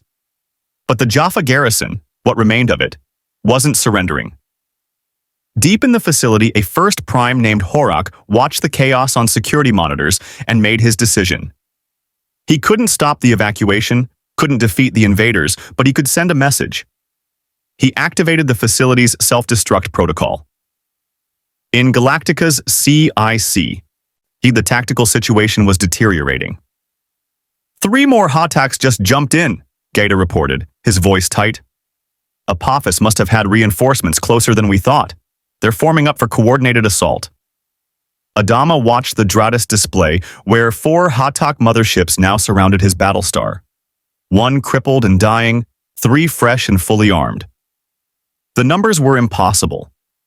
Even with Viper's support, even with their experimental shields, Galactica couldn't survive sustained fire from 3 Hotaks. Time since mission start? Adama asked. 18 minutes, Gaeta replied. 7 minutes left. 7 minutes to hold against overwhelming force. All batteries, concentrate fire on the nearest Hotak, Adama ordered. Viper squadrons, defensive screen around Galactica. We're not dying here. See, we're not leaving our people on the surface. The Battlestar's guns roared, kinetic rounds hammering one target while the 3 Hotaks coordinated their response. Staff cannon fire converged on Galactica's hull, each impact testing the experimental shields that Earth's engineers had installed. The shields held, barely, but power readings showed degradation. Shields at 60% and falling, Tyrol reported. We can't take this kind of punishment much longer. Launch remaining nuclear warheads, Adama commanded. Full spread, target all 3 Hotaks, force them to maneuver. 6 missiles streaked from Galactica's tubes, nuclear fire-seeking pyramid targets. The Hataks scattered, their shields absorbing the blasts but their formation breaking. It bought seconds of relief. But the Goa'uld commanders were adapting, moving to flanking positions where they could bring crossfire against the Battlestar without risking their own vessels. Starbuck's Viper dove through the chaos, her weapons shredding death gliders that tried to strafe Galactica's hull. Boss, we're getting swarmed here. These pyramids are launching everything they've got. Hold them off, Adama replied, though he knew it was asking the impossible. Ground teams need 5 more minutes. 5 more minutes. We'll be debris, Tai said quietly beside him. Then we hold for 5 minutes, Adama replied with absolute conviction. That's what we do. On P3, R233's surface, O'Neill heard the distinctive sound of Goa'uld technology powering up to catastrophic levels and knew immediately what it meant. Self-destruct, he shouted into the tactical net. The facility's going to blow. All personnel, evacuation protocols now. The orderly withdrawal became desperate sprint. Thousands of freed slaves ran for the Stargate while SG teams provided cover against the few remaining Jaffa who were trying to stop the evacuation. Daniel supported an elderly woman who couldn't run fast enough. Carter carried a child whose legs were broken from mining accidents. Teal'c held the rear guard, his staff weapon cutting down any Jaffa who tried to prevent the exodus. The Stargate platform was chaos, people throwing themselves through the event horizon in groups, the wormhole cycling evacuation to Earth and New Caprica as fast as physically possible. But there were still hundreds in the corridors, Still people deep in the facility who wouldn't reach the gate in time. O'Neill made the call he'd made too many times before. Daniel, Carter, Teal'c, get everyone you can to the gate. I'm setting charges to collapse the main corridor. It'll channel the blast away from the gate platform and buy us 30 seconds. Jack, you'll be on the wrong side of that collapse, Carter said, understanding immediately what he was proposing. I'll find another way out, O'Neill replied, already moving back toward the facility with explosive charges. Get our people home. He didn't wait for argument, running against the flow of evacuees toward the mining facility's main support pillars. The C4 charges took seconds to place, shaped to bring down the corridor ceiling and create a barrier between the coming explosion and the gate. It was crude demolition, but crude was all he had time for. The charges detonated. The corridor collapsed in a cascade of rock and metal. And on the other side, cut off from the gate, O'Neill found himself with approximately 200 slaves who'd been too deep in the facility to reach the platform in time. Okay, he said to the frightened faces staring at him. Anyone know of a back exit to this place? A young woman, barely in her 20s, covered in rock dust and radiation burns, stepped forward. There's a ventilation tunnel to the surface. We used it sometimes to bring out the bodies of those who died. It's narrow, but it reaches a ravine 3 kilometers from the gate. 3 kilometers, and 2 minutes before this whole place goes nuclear. We can totally do that. O'Neill keyed his radio. Carter, I'm cut off from the gate with about 200 people. Tunneling to secondary position. On coordinates. He read from his tactical display. Need immediate Raptor extraction. Jack, Carter started. Just have the bus waiting. O'Neill interrupted, then looked at the 200 faces. All right, folks. I know you're exhausted. I know you're terrified, but I need you to run like you've never run before. Follow her. He pointed to the young woman. And don't stop for anything. Move. They moved. Through ventilation tunnels never designed for human passage, crawling where the space narrowed, helping each other through choke points, driven by the certain knowledge that death followed seconds behind. O'Neill brought up the rear, his P-90 ready, in case Jaffa had the same idea about escaping the blast. Behind them, deep in the mining facility, the reactor overload reached critical mass. The explosion vaporized the Naquata refining equipment, collapsed the mine tunnels, and sent a shockwave racing through every corridor. The blast wave hit the collapsed corridor O'Neill had created, and stopped, channeled away from the Stargate platform by crude but effective demolition. At the gate, Daniel shepherded the last evacuees through the event horizon as the ground shook. Jack's still out there, he said urgently to Carter. I know, she replied, her tactical display showing O'Neill's beacon moving toward the surface. Racetrack, this is Major Carter. Colonel O'Neill needs immediate extraction at these coordinates. He's got 200 people with him. Copy that, Racetrack's voice came back. Raptor inbound. Tell him we're coming in hot. There's death gliders heading toward the surface. The ventilation tunnel opened onto a ravine, just as the facility behind them erupted in flames. O'Neill and the 200 freed slaves stumbled out into P3R233's toxic atmosphere, gasping for breath as a colonial raptor screamed overhead with death gliders pursuing. Get down! O'Neill shouted as the raptor's defensive turrets engaged, shooting down one glider while the second peeled off. The shuttle landed in a cloud of dust, its rear hatch already opening. Move, move, move! The crew chief shouted, grabbing people and physically hauling them aboard. 200 people into a Raptor designed for 30 was impossible by any standard except desperation. They packed in anyway, standing, sitting on laps, being crushed together in a mass of humanity that had just survived the impossible. O'Neill was the last aboard. Go, he shouted, and Racetrack didn't wait. The Raptor lifted off with the hatch still closing, accelerating hard as death gliders pursued. Jump capability in 10 seconds, the ECO reported. We're not going to make it. They're locking weapons. Then Starbuck's Viper dove out of nowhere, her cannons shredding the pursuing death glider with prejudice. Racetrack, you owe me a drink. Jump now. The Raptor translated out with a flash of FTL energy, leaving P3R-233's toxic atmosphere behind. In Galactica's CIC, Adama watched the mission clock hit 25 minutes. All ground teams report successful evacuation, Gata announced. Raptor with Colonel O'Neill just jumped to safe distance. We can withdraw. All Vipers, or return to base, Adama ordered. Prepare for jump. The fighters broke off their engagement, racing back to Galactica's flight pods while the Hotaks realized their prey was escaping. Staff cannons fired desperately, trying to cripple the Battlestar before it could jump, but Galactica's shields, battered, degraded, but still functional, absorbed the hits. FTL drive spooled, the jump officer reported. Coordinates locked. Execute, Adama commanded. Space folded. Galactica vanished from P3 R233's orbit, leaving behind 4 Haytoks, a destroyed mining facility, and thousands of freed slaves already stepping through Earth's Stargate to Sanctuary. 12 hours later, in SGC's briefing room, the mission debrief revealed the full scope of what they'd accomplished. 4,327 freed slaves, Hammond reported, currently undergoing medical screening and quarantine at New Caprica. No Goa'uld symbiotes detected so far. 240 Jaffa, who've requested to join the rebellion, and Apophis's largest Naquata mining operation completely destroyed. Mission casualties? Adama asked via holographic link. 3 SG personnel wounded, none fatal, Hammond replied. Colonial losses, 7 Viper pilots KIA, 12 fighters destroyed.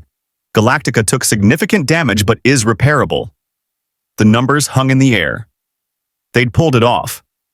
Against impossible odds, they'd struck deep into Goa'uld territory and won. What's the System Lord's response? O'Neill asked.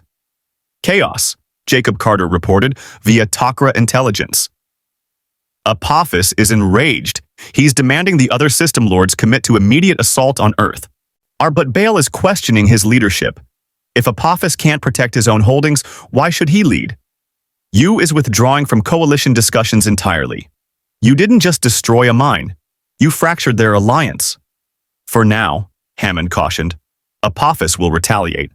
We've made an enemy who won't forgive this. We already had that enemy, Roslin pointed out. Now we've shown him we fight back. So say we all, came the response from both civilizations. The war wasn't over, but for the first time humanity had taken the offensive and won.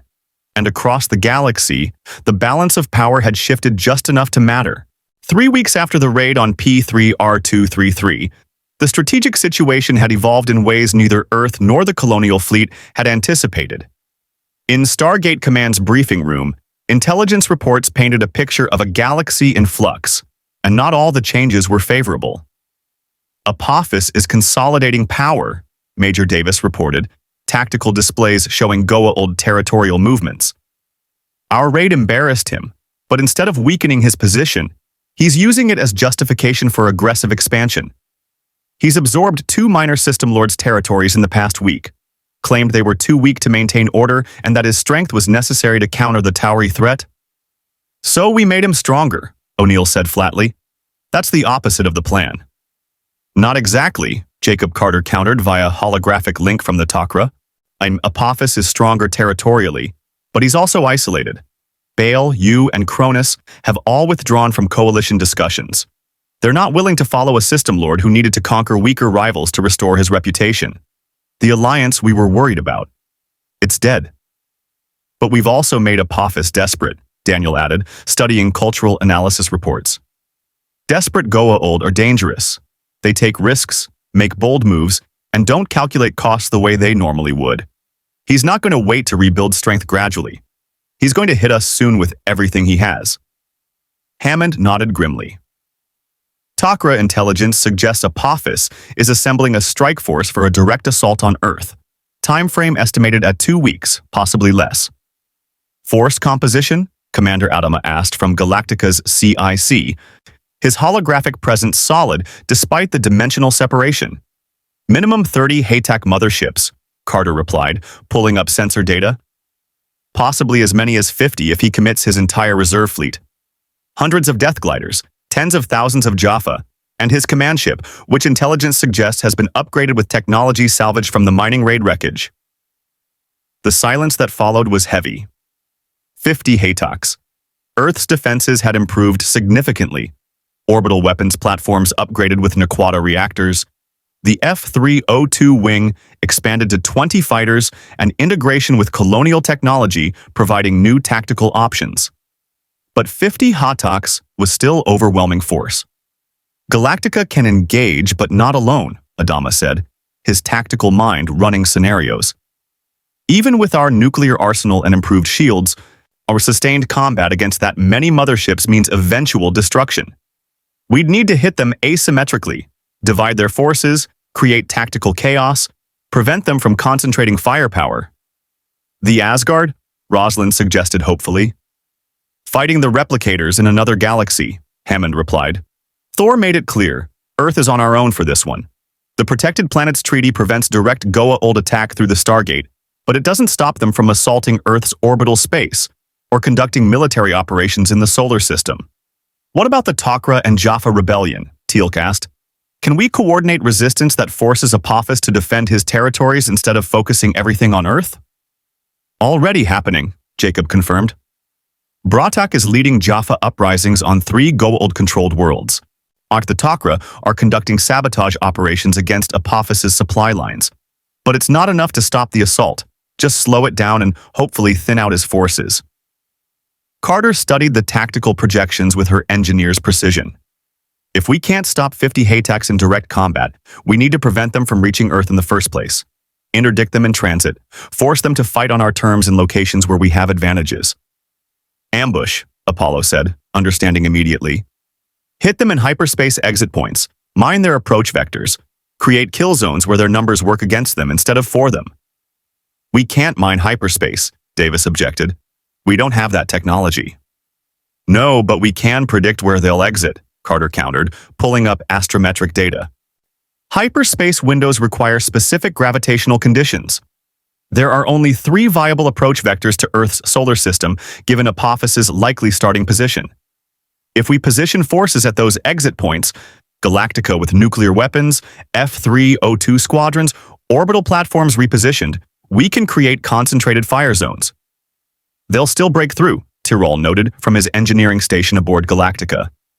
Even ambushed, 50 Hatoks can absorb massive punishment and keep coming. Then we don't rely on just military force, Daniel suggested, shifting the conversation.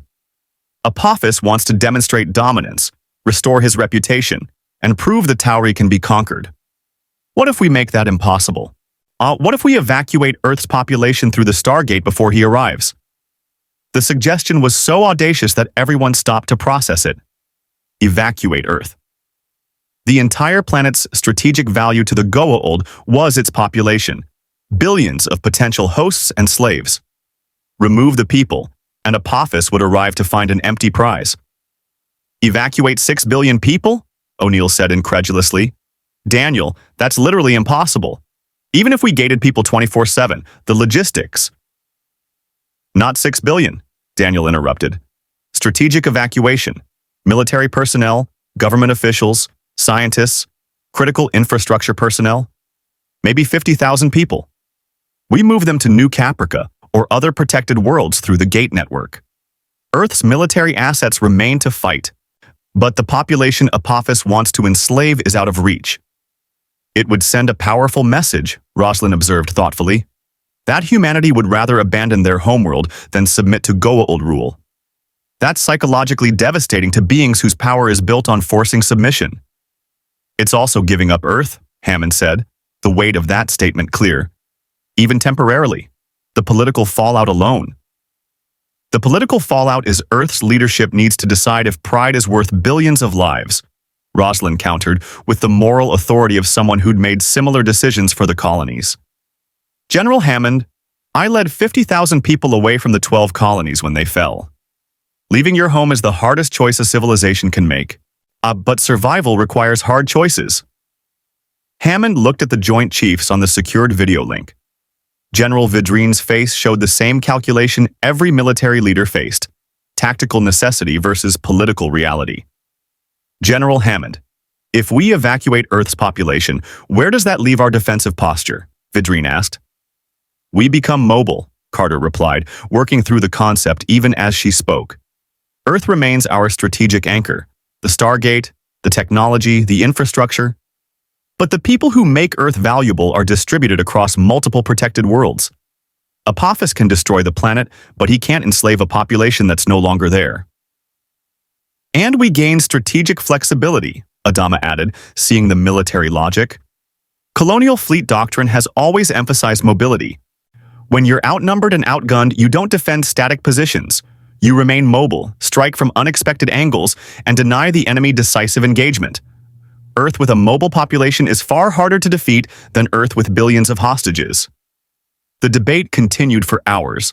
Political implications, logistics of mass evacuation, security screening for potential Goa'uld infiltrators, and the psychological impact on both Earth's population and the wider galaxy. But gradually, a consensus emerged. Earth would prepare for partial evacuation. Not surrender, strategic repositioning. The Stargate would remain operational. Military forces would defend the planet and its technological assets. But the people would be offered sanctuary through the Gate network if Apophis's assault became overwhelming. We have 2 weeks, Hammond finally decided. 2 weeks to prepare defenses, coordinate with allies, and establish evacuation protocols.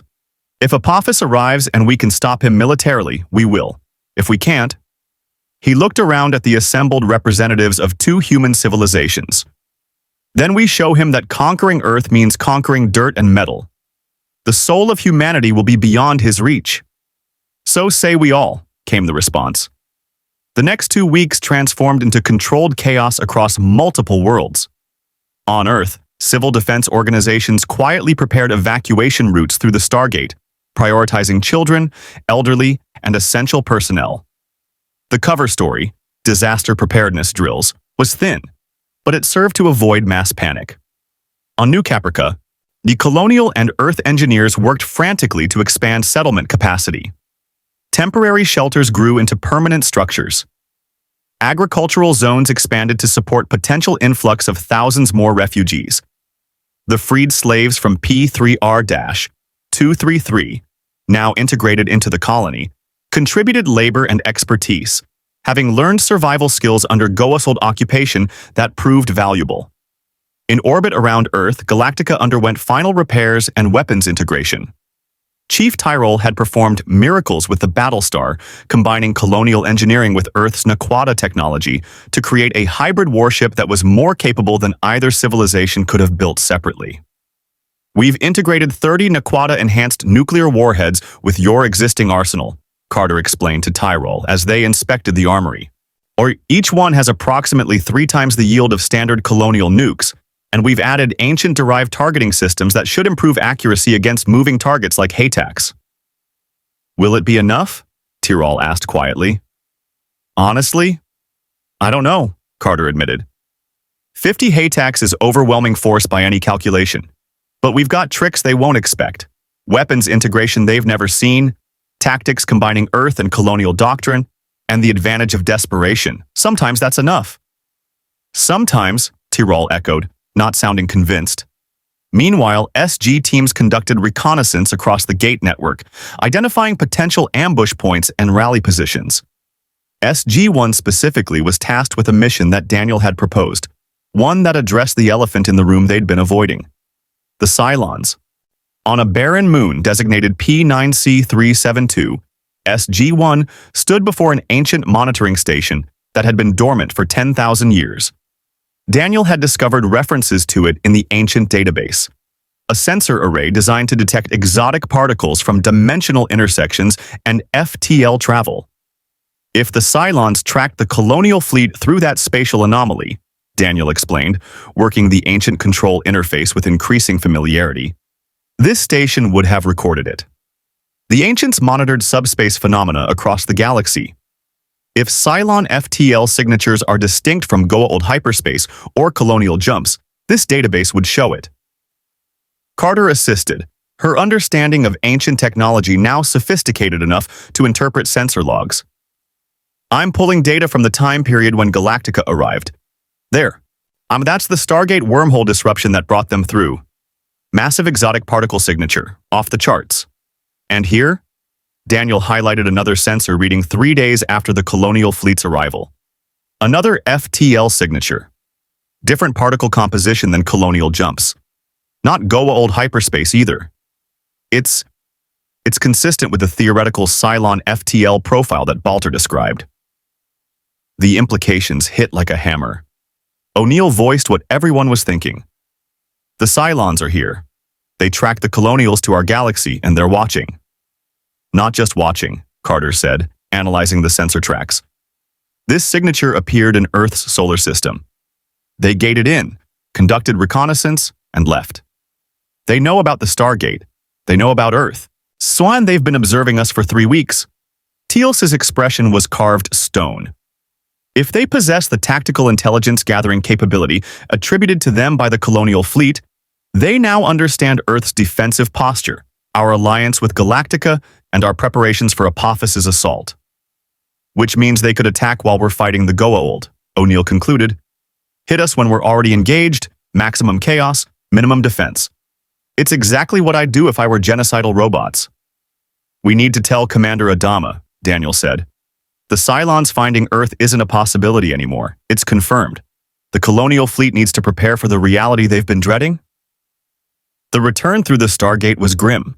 ISG-1 stepped through into SGC's gate room, carrying intelligence that would shatter what little peace of mind the colonial refugees had achieved. For 3 weeks, they'd allowed themselves to hope that maybe, just maybe, they'd finally escaped the Cylons. That hope was about to die.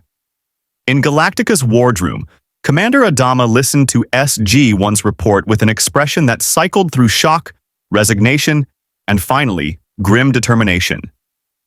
Beside him, President Roslin's face went pale, her hands gripping the sacred scrolls as if they could provide answers to questions that had no good solutions.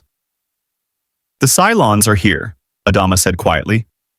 They found us. After everything, they found us.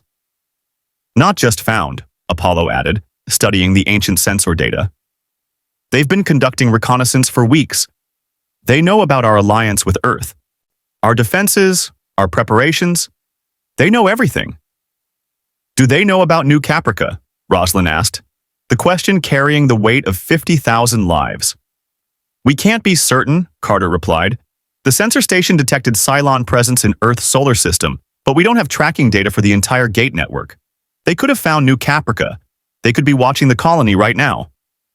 Starbuck, present for the briefing, slammed her fist on the table. 3 weeks. They've been here 3 weeks and they haven't attacked? That's not Cylon behavior. They destroyed the colonies the moment they had the chance. Why wait? Because they're analyzing, Baltar's voice came through the communication link. He'd been monitoring from New Caprica's science station.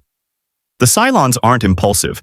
They calculate, they plan, or they optimize. They're studying Earth's technology, the Goa'uld threat, the strategic situation. They're determining the optimal moment to strike for maximum effect. When we're fighting Apophis, Teal'c said, understanding the tactical calculus, they will wait until Earth and Galactica are engaged with Goa'uld forces, then attack when our defenses are divided and our forces committed. It is sound strategy. It's also exactly what we do to them, O'Neill muttered. Which means we're predictable, which is bad. Adama stood, pacing the wardroom with the energy of a caged predator. We've been operating under the assumption we faced one threat, Apophis and his assault fleet. Now we're potentially facing 2 simultaneous threats, Goa'uld motherships and Cylon basestars, attacking in coordination or separately. Our defensive planning is completely inadequate. We need to assume worst-case scenario, Hammond said via communication link. Apophis attacks Earth with 50 Haytoks. Simultaneously, Cylons attack New Caprica or strike Galactica while it's engaged. We have to defend against both threats with forces that were already insufficient for one. That's impossible, Tyrol said bluntly. Galactica can't be in 2 places at once. We either defend Earth or New Caprica, not both.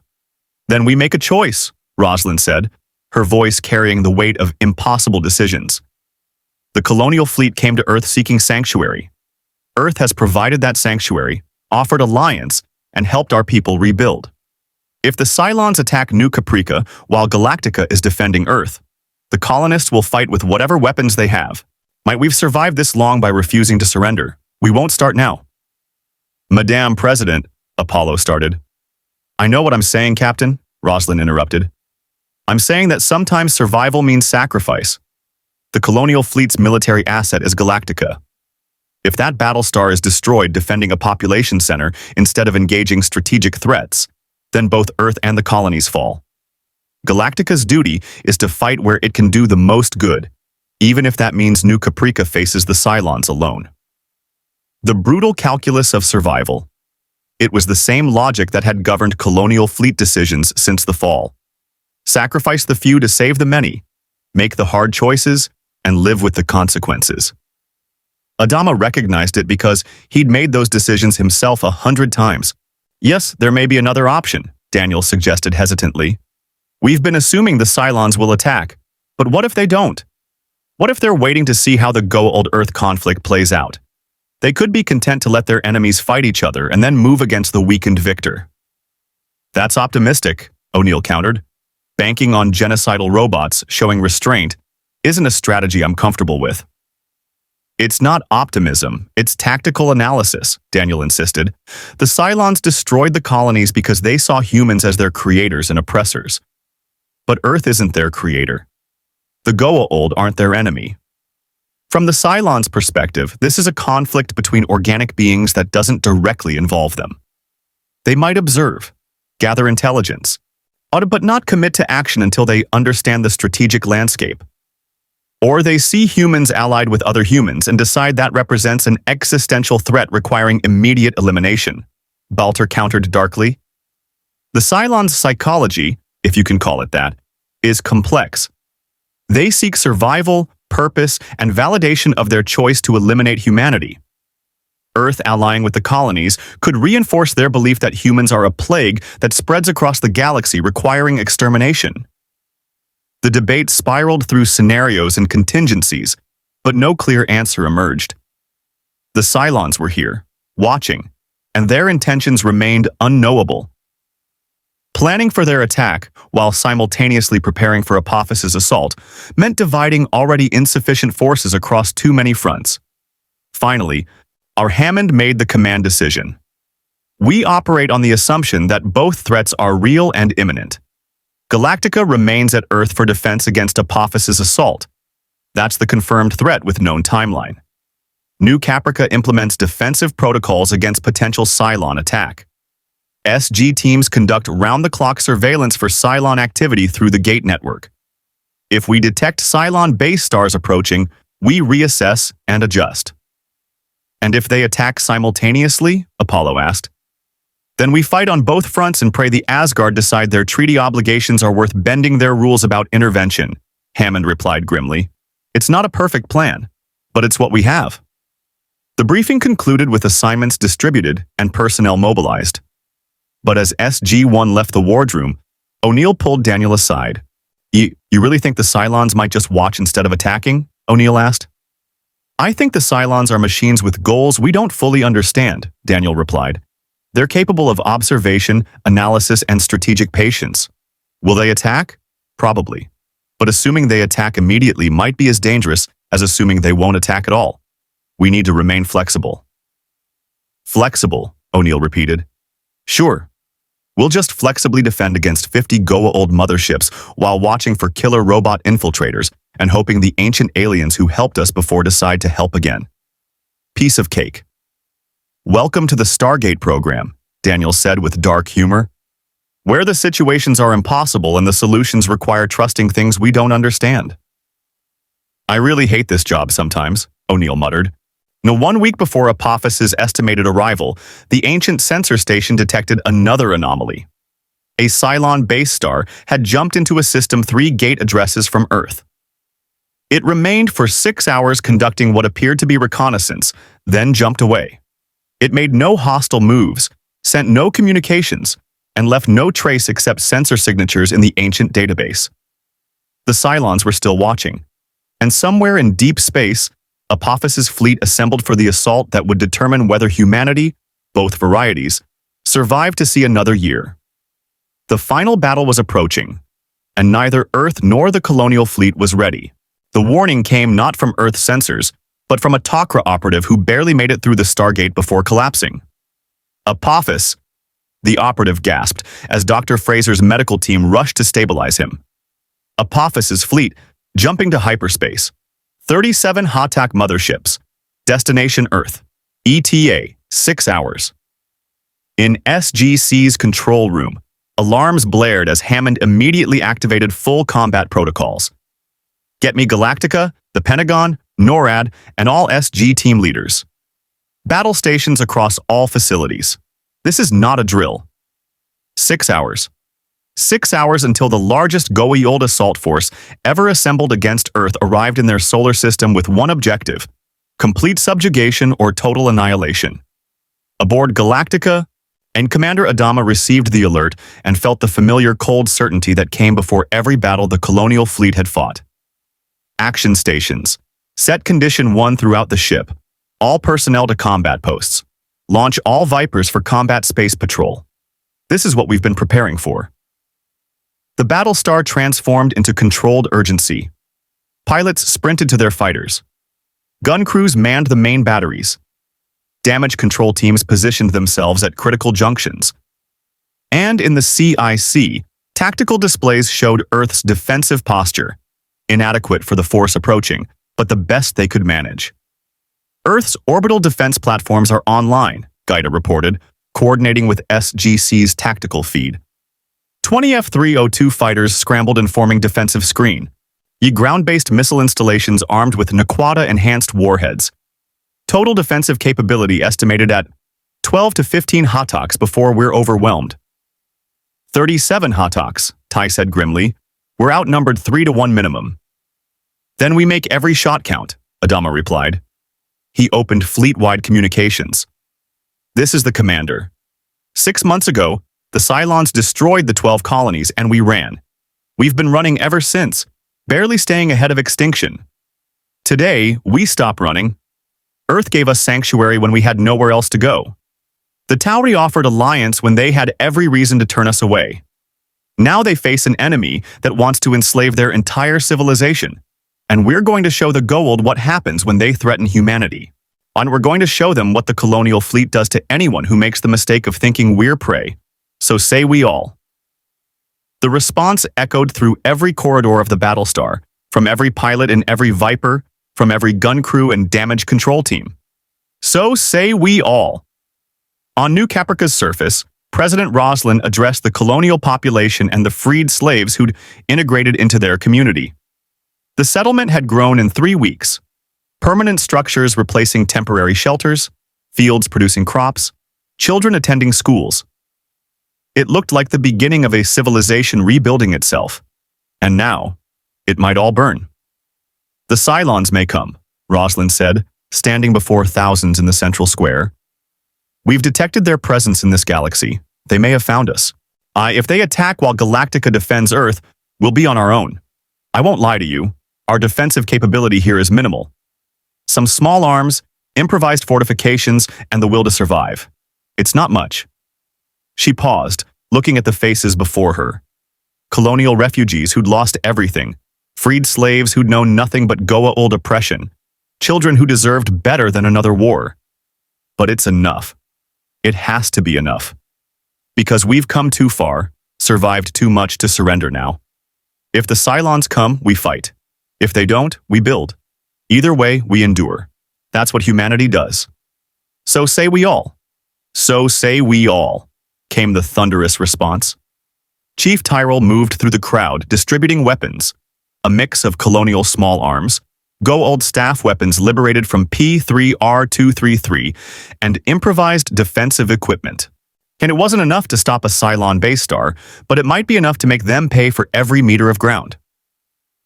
If they come, target the Centurions first, Tyrell instructed the hastily organized militia. Chrome soldiers, red-eye scanners. Their tactics are methodical. They'll advance in formation trying to overwhelm through firepower. Don't let them establish positions. Hit and fade, guerrilla warfare, make them fight for every building. And the skin jobs, someone asked. The ones that look human? We're still working on reliable detection, Tyrell admitted. Balter's method requires too much time. For now, trust your instincts, watch for behavioral anomalies, and understand that anyone could be compromised. It's psychological warfare as much as physical. Don't let paranoia paralyze you. But don't trust blindly either. The instructions were inadequate and everyone knew it. But inadequate preparation was better than none, and the colonial refugees had learned to function in inadequate circumstances. In Earth's orbit, SG-1 flew combat space patrol in F-302s, forming the outer defensive perimeter alongside Galactica's Vipers. The integration of Earth and colonial forces had been refined through weeks of joint training, but this would be the first time they'd truly operate as a unified military in full-scale combat. "This is Darkstar to all wings," O'Neill transmitted across the combined tactical net. "Enemy force will likely exit hyperspace at these coordinates." He highlighted 3 approach vectors on shared displays, based on optimal gravitational windows for their FTL. Galactica and Earth platforms will concentrate fire on the first wave. Our job is to keep their death gliders off our capital assets and create enough chaos that they can't coordinate effectively. "Phoenix here," Carter responded from her F-302. "Recommend we employ Viper hit-and-fade tactics combined with our superior sensor capability.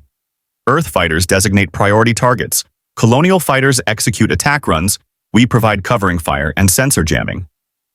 "Starbuck copies," came the Colonial CAG's voice with characteristic edge. "My pilots are used to fighting outnumbered. We'll make it work. Just don't get in our way when we're making attack runs." "Wouldn't dream of it," O'Neill replied. "Just remember, these death gliders aren't Cylon raiders. They're slower, less maneuverable, but there's a lot more of them. Why don't get cocky?" "Cocky is my default setting," Starbuck shot back. "It's why I'm still alive." Teal'c's F-302 held position near Galactica, his deep voice calm across the net. "I have fought the Goa'uld for many years. They rely on overwhelming force and intimidation. Demonstrate that we will not be intimidated, and their Jaffa warriors will falter. The system lords expect submission. We must show them defiance." The combined fleet held position in defensive formation. Galactica at the center with her heavy batteries providing sustained firepower.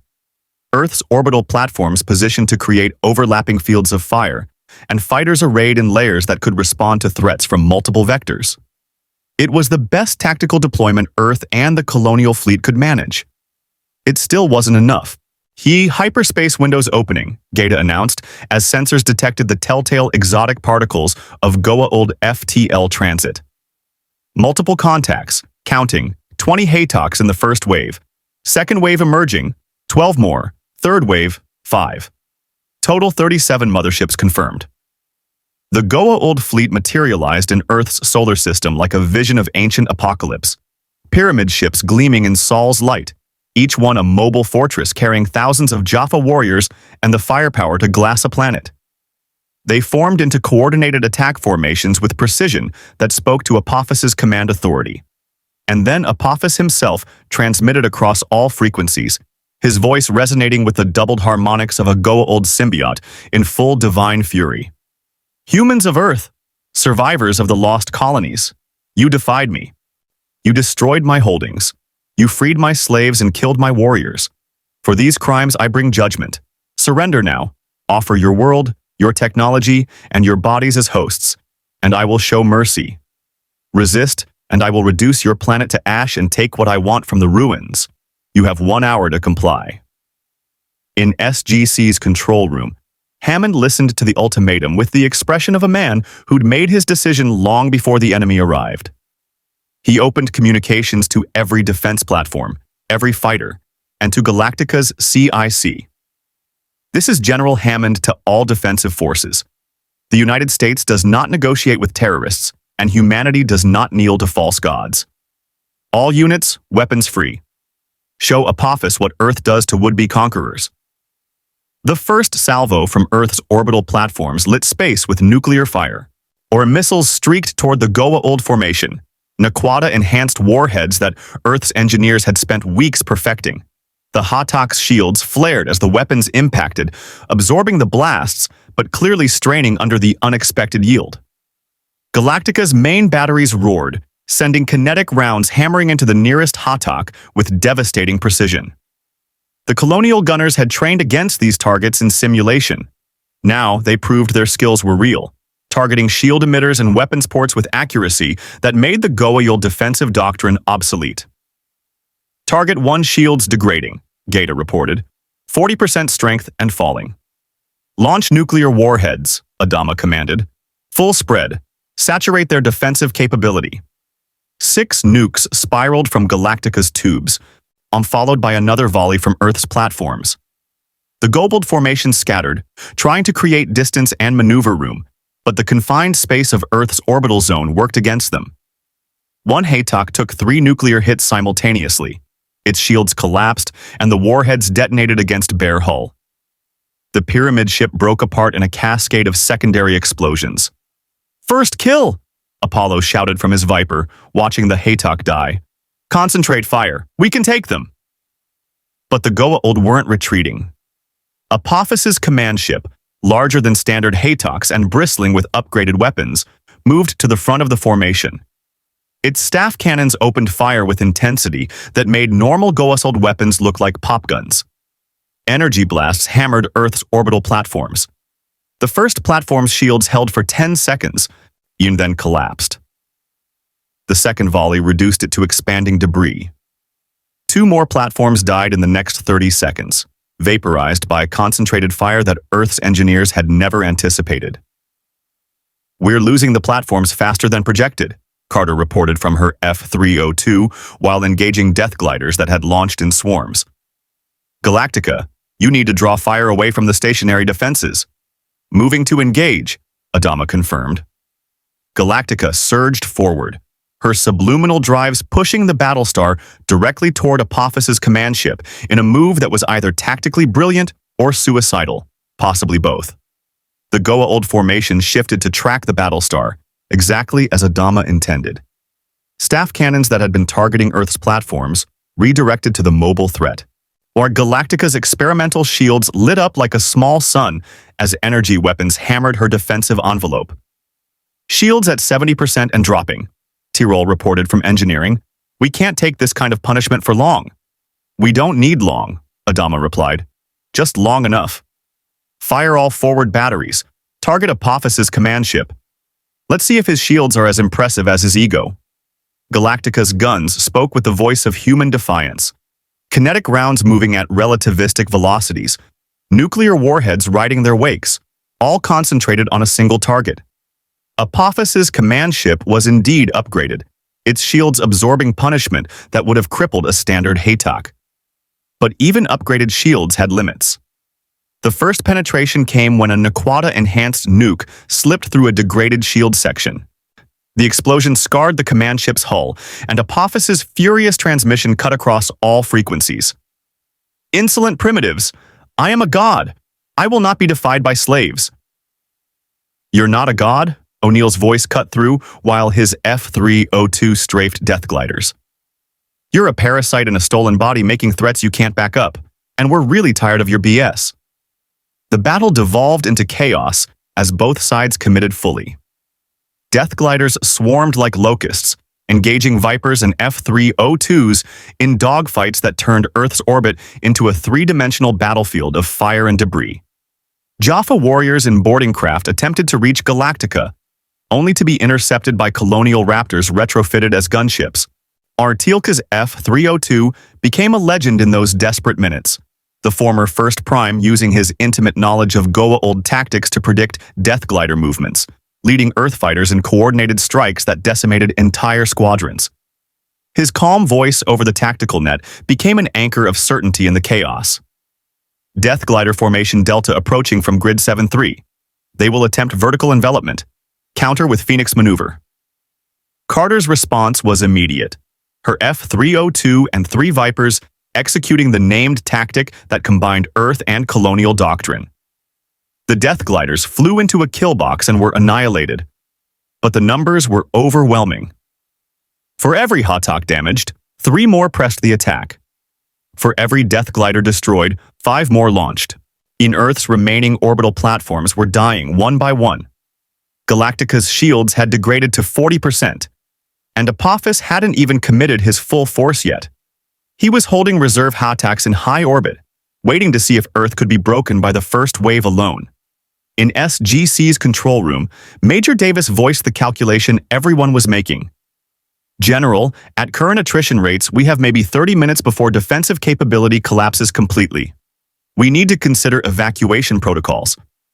Hammond's jaw tightened. Not yet. We hold. Commander Adama, status? Shields at 35%, came the strained reply.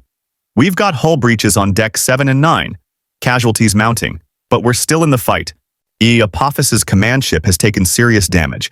We might be able to crack it with one more concentrated push. Then let's crack it, Hammond decided. All remaining Earth assets, focus fire on Apophis's flagship. If we can kill their command ship, the rest might break formation. It was desperate strategy, betting everything on a decapitation strike against an enemy whose command structure was built on divine authority. But desperate was all they had left. Every remaining orbital platform, every missile Earth possessed, every available F-302, and Galactica's full nuclear arsenal concentrated on a single target. The space around Apophis's command ship became solid fire as weapons that had never been designed to work together created a maelstrom of destruction. Apophis's shields collapsed entirely. A nuclear weapons detonated against bare hull. The command ship's pyramid structure fractured. Secondary explosions ripped through its interior as power systems overloaded. And then, just as victory seemed possible, the unthinkable happened. New contacts appeared on sensors, but they weren't Goa'uld. Dratus contact, Gaeta shouted in horror. Multiple Cylon signatures, 2 base stars jumping in at Earth's L4 Lagrange point. They're launching raiders. The nightmare scenario had materialized. Apophis's assault and Cylon attack, simultaneous, exactly as Earth's worst projections had predicted. The Cylons had been watching, waiting, and now they'd chosen the perfect moment to strike, when Earth and Galactica were fully committed to fighting the Goa'uld, with no reserves and no escape. Aboard Galactica's CIC, Adama stared at the tactical display showing 36 Hotaks ahead and 2 Cylon base stars behind, and knew with absolute certainty they were about to lose everything. Unless a miracle happened. And then, with timing that seemed divinely orchestrated, Thor's voice cut across all frequencies. This is Thor of the Asgard. All hostile forces will cease combat operations immediately. Earth is under the protection of the Asgard, and your presence here violates the Protected Planets Treaty. You have 10 seconds to begin withdrawal or face consequences. An Asgard fleet. 5 ships. Small but radiating power that made both Goa'uld and Cylon vessels look primitive, materialized between Earth and its attackers. Thor's flagship positioned itself directly in front of Apophis's crippled command ship, and the System Lord's transmission carried something Earth had never heard from a Goa'uld before. Fear. The Asgard have no stake in this conflict, Apophis protested, his divine certainty wavering. The Tauri violated our agreement by... You attacked Earth, Thor interrupted with inflectionless finality. The treaty is clear. You have violated it. The High Council has authorized me to enforce compliance. Withdraw now or your fleet will be destroyed. For a frozen moment, the battlefield held its breath. Apophis had committed everything to this assault. His reputation, his resources, his authority among the System Lords. Backing down meant humiliation, but facing the Asgard meant certain death. The Goa'uld fleet began opening hyperspace windows. This is not finished. Tauri, Apophis transmitted as his crippled command ship limped toward its escape vector. I will return. You have made an enemy who will never stop hunting you. Get in line, O'Neill muttered. The Hotaks vanished into hyperspace one by one, leaving debris fields and the bitter taste of victory snatched from the jaws of genocide. But the Cylon base stars remained. Thor's attention shifted to the machine vessels. Identify yourselves and state your purpose. You are not Goa'uld, but your presence here is equally unwelcome. The response came in synthesized voices that carried no emotion. We are Cylons. We seek no conflict with the Asgard. We came to observe the tactical resolution of the Goa'uld assault on Earth and its colonial allies. Our observations are complete. We are withdrawing. See that you do, Thor replied. And understand that Earth and the Colonial Fleet are under Asgard protection. Future incursions will be met with force. The Cylon-based stars jumped away, their FTL signatures fading as they vanished into the stellar void. And suddenly, impossibly, the battle was over. Earth had survived. Galactica had survived. The Colonial Fleet had survived. But the cost had been enormous. The aftermath took days to fully assess. 6 of Earth's 12 orbital platforms destroyed. Galactica with severe damage requiring months of repair. 42 pilots dead, Earth and Colonial together. Hundreds of Galactica crew killed in hull breaches and weapons malfunctions. 3 SG teams lost when their F-302s were destroyed. But Earth stood. The Colonial refugees survived. And both civilizations had proven something fundamental. Together, they could face extinction and refuse to yield. In Galactica's wardroom, Commander Adama, General Hammond, President Roslin, and SG-1 gathered for the debrief. Thor's timing was impeccable, Hammond said. If he'd arrived 5 minutes later, we'd be having this conversation in the afterlife, O'Neill finished. Why did he come? He said the Asgard couldn't help. I asked him that, Daniel replied. He said the Asgard High Council decided that allowing Earth to fall would set a precedent that would unravel the entire Protected Planets Treaty. Also, Thor personally felt obligated to help, because humanity, both Earth and Colonial, represents something the Asgard lost. The will to fight against impossible odds rather than accept slow extinction. The Asgard are dying, Carter added quietly. Their clone degradation is terminal. But they're still fighting the replicators, still protecting other species, still trying to leave a positive legacy. Thor sees Earth and the Colonial Fleet as carrying that legacy forward. Adama nodded slowly. We survived because an ancient dying race decided we were worth saving. That's humbling. It's also a responsibility, Roslin said. Thor didn't save us so we could relax. He saved us so we could continue fighting. The Goa'uld will return. The Cylons are still watching. And we're still just 2 human civilizations trying to survive in a galaxy that wants us enslaved or dead. Then we keep fighting, Hammond replied. Earth and the Colonial Fleet together. We rebuild our defenses, we strengthen our alliance, and we show this galaxy that humanity, no matter where we come from, doesn't surrender. So say we all, came the response. Or 6 weeks after the Battle of Earth, the situation had stabilized into an uneasy new normal. Galactica remained in orbit undergoing repairs. Her crew integrated so deeply with Earth's defense forces that the distinction between Colonial and Tauri had become semantic. New Caprica thrived as a settlement. 50,000 Colonial refugees and 4,000 freed slaves building a civilization that blended Earth, Colonial, and liberated cultures into something entirely new. The Goa'uld threat remained, but Apophis's defeat had shattered his coalition permanently. The System Lords had watched him fail against Earth and the Colonial Fleet despite overwhelming numbers, and his authority among them was broken. He would rebuild, plot revenge, but he no longer commanded the unified force necessary to threaten Earth directly. The Cylons had withdrawn after observing the battle, their intentions still unknown. But Balter's detection methods had improved with Earth technological integration, and New Caprica maintained constant vigilance against infiltration. They were out there, watching, but for now, they remained observers rather than attackers. And the Stargate network had become a highway for an alliance that spanned civilizations. SG teams now routinely included Colonial personnel. Viper pilots cross-trained on F-302s. Earth engineers learned Colonial FTL theory, while Colonial scientists studied ancient technology. 2 humanities, separated by galaxies and circumstances, had found common cause in survival. In SGC's control room, O'Neill watched the gate activate for another routine mission, SG-15, heading out with 2 Colonial advisors to survey a potential settlement world. It had become normal. Humans from Earth working alongside humans from the colonies, exploring a galaxy together, building alliances one gate at a time. You look contemplative, Daniel observed, joining him at the observation window. Just thinking about how weird this has become, O'Neill replied. 6 months ago, we were alone fighting the Goa'uld. Now we've got refugee fleets, experimental Battlestars, genocidal robots watching from the shadows. and ancient aliens bailing us out when we're about to lose. It's a lot.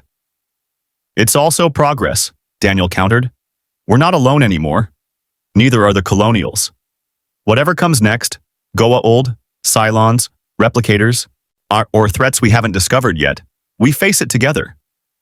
Together, O'Neill echoed. Yeah, I guess that's something. The Stargate shut down, its mission complete, and already the next team was preparing to dial out. The exploration continued, the alliance strengthened. And somewhere on the far side of the galaxy, Galactica's sensors swept the darkness while her crew rebuilt their ship and themselves. The Colonial Fleet had found Earth. Not the Earth of prophecy, but an Earth that had welcomed them as equals and allies. President Roslin's sacred scrolls spoke of a journey ending in salvation. Perhaps they'd been right, just not in the way anyone expected. Commander Adama stood on Galactica's observation deck, looking down at the blue world that had become their anchor. Somewhere on that planet, people went about their lives, many not even knowing how close they'd come to extinction. On New Caprica, children played in streets built from ruins. In the Stargate network, teams explored worlds the ancients had left behind. Humanity endured. Both versions. Together. The wars weren't over. The Goa'uld would return. The Cylons still watched. The galaxy remained dangerous. But for the first time in months, for the first time since the fall of the 12 colonies, the future held something besides mere survival. It held hope. And sometimes, hope was enough.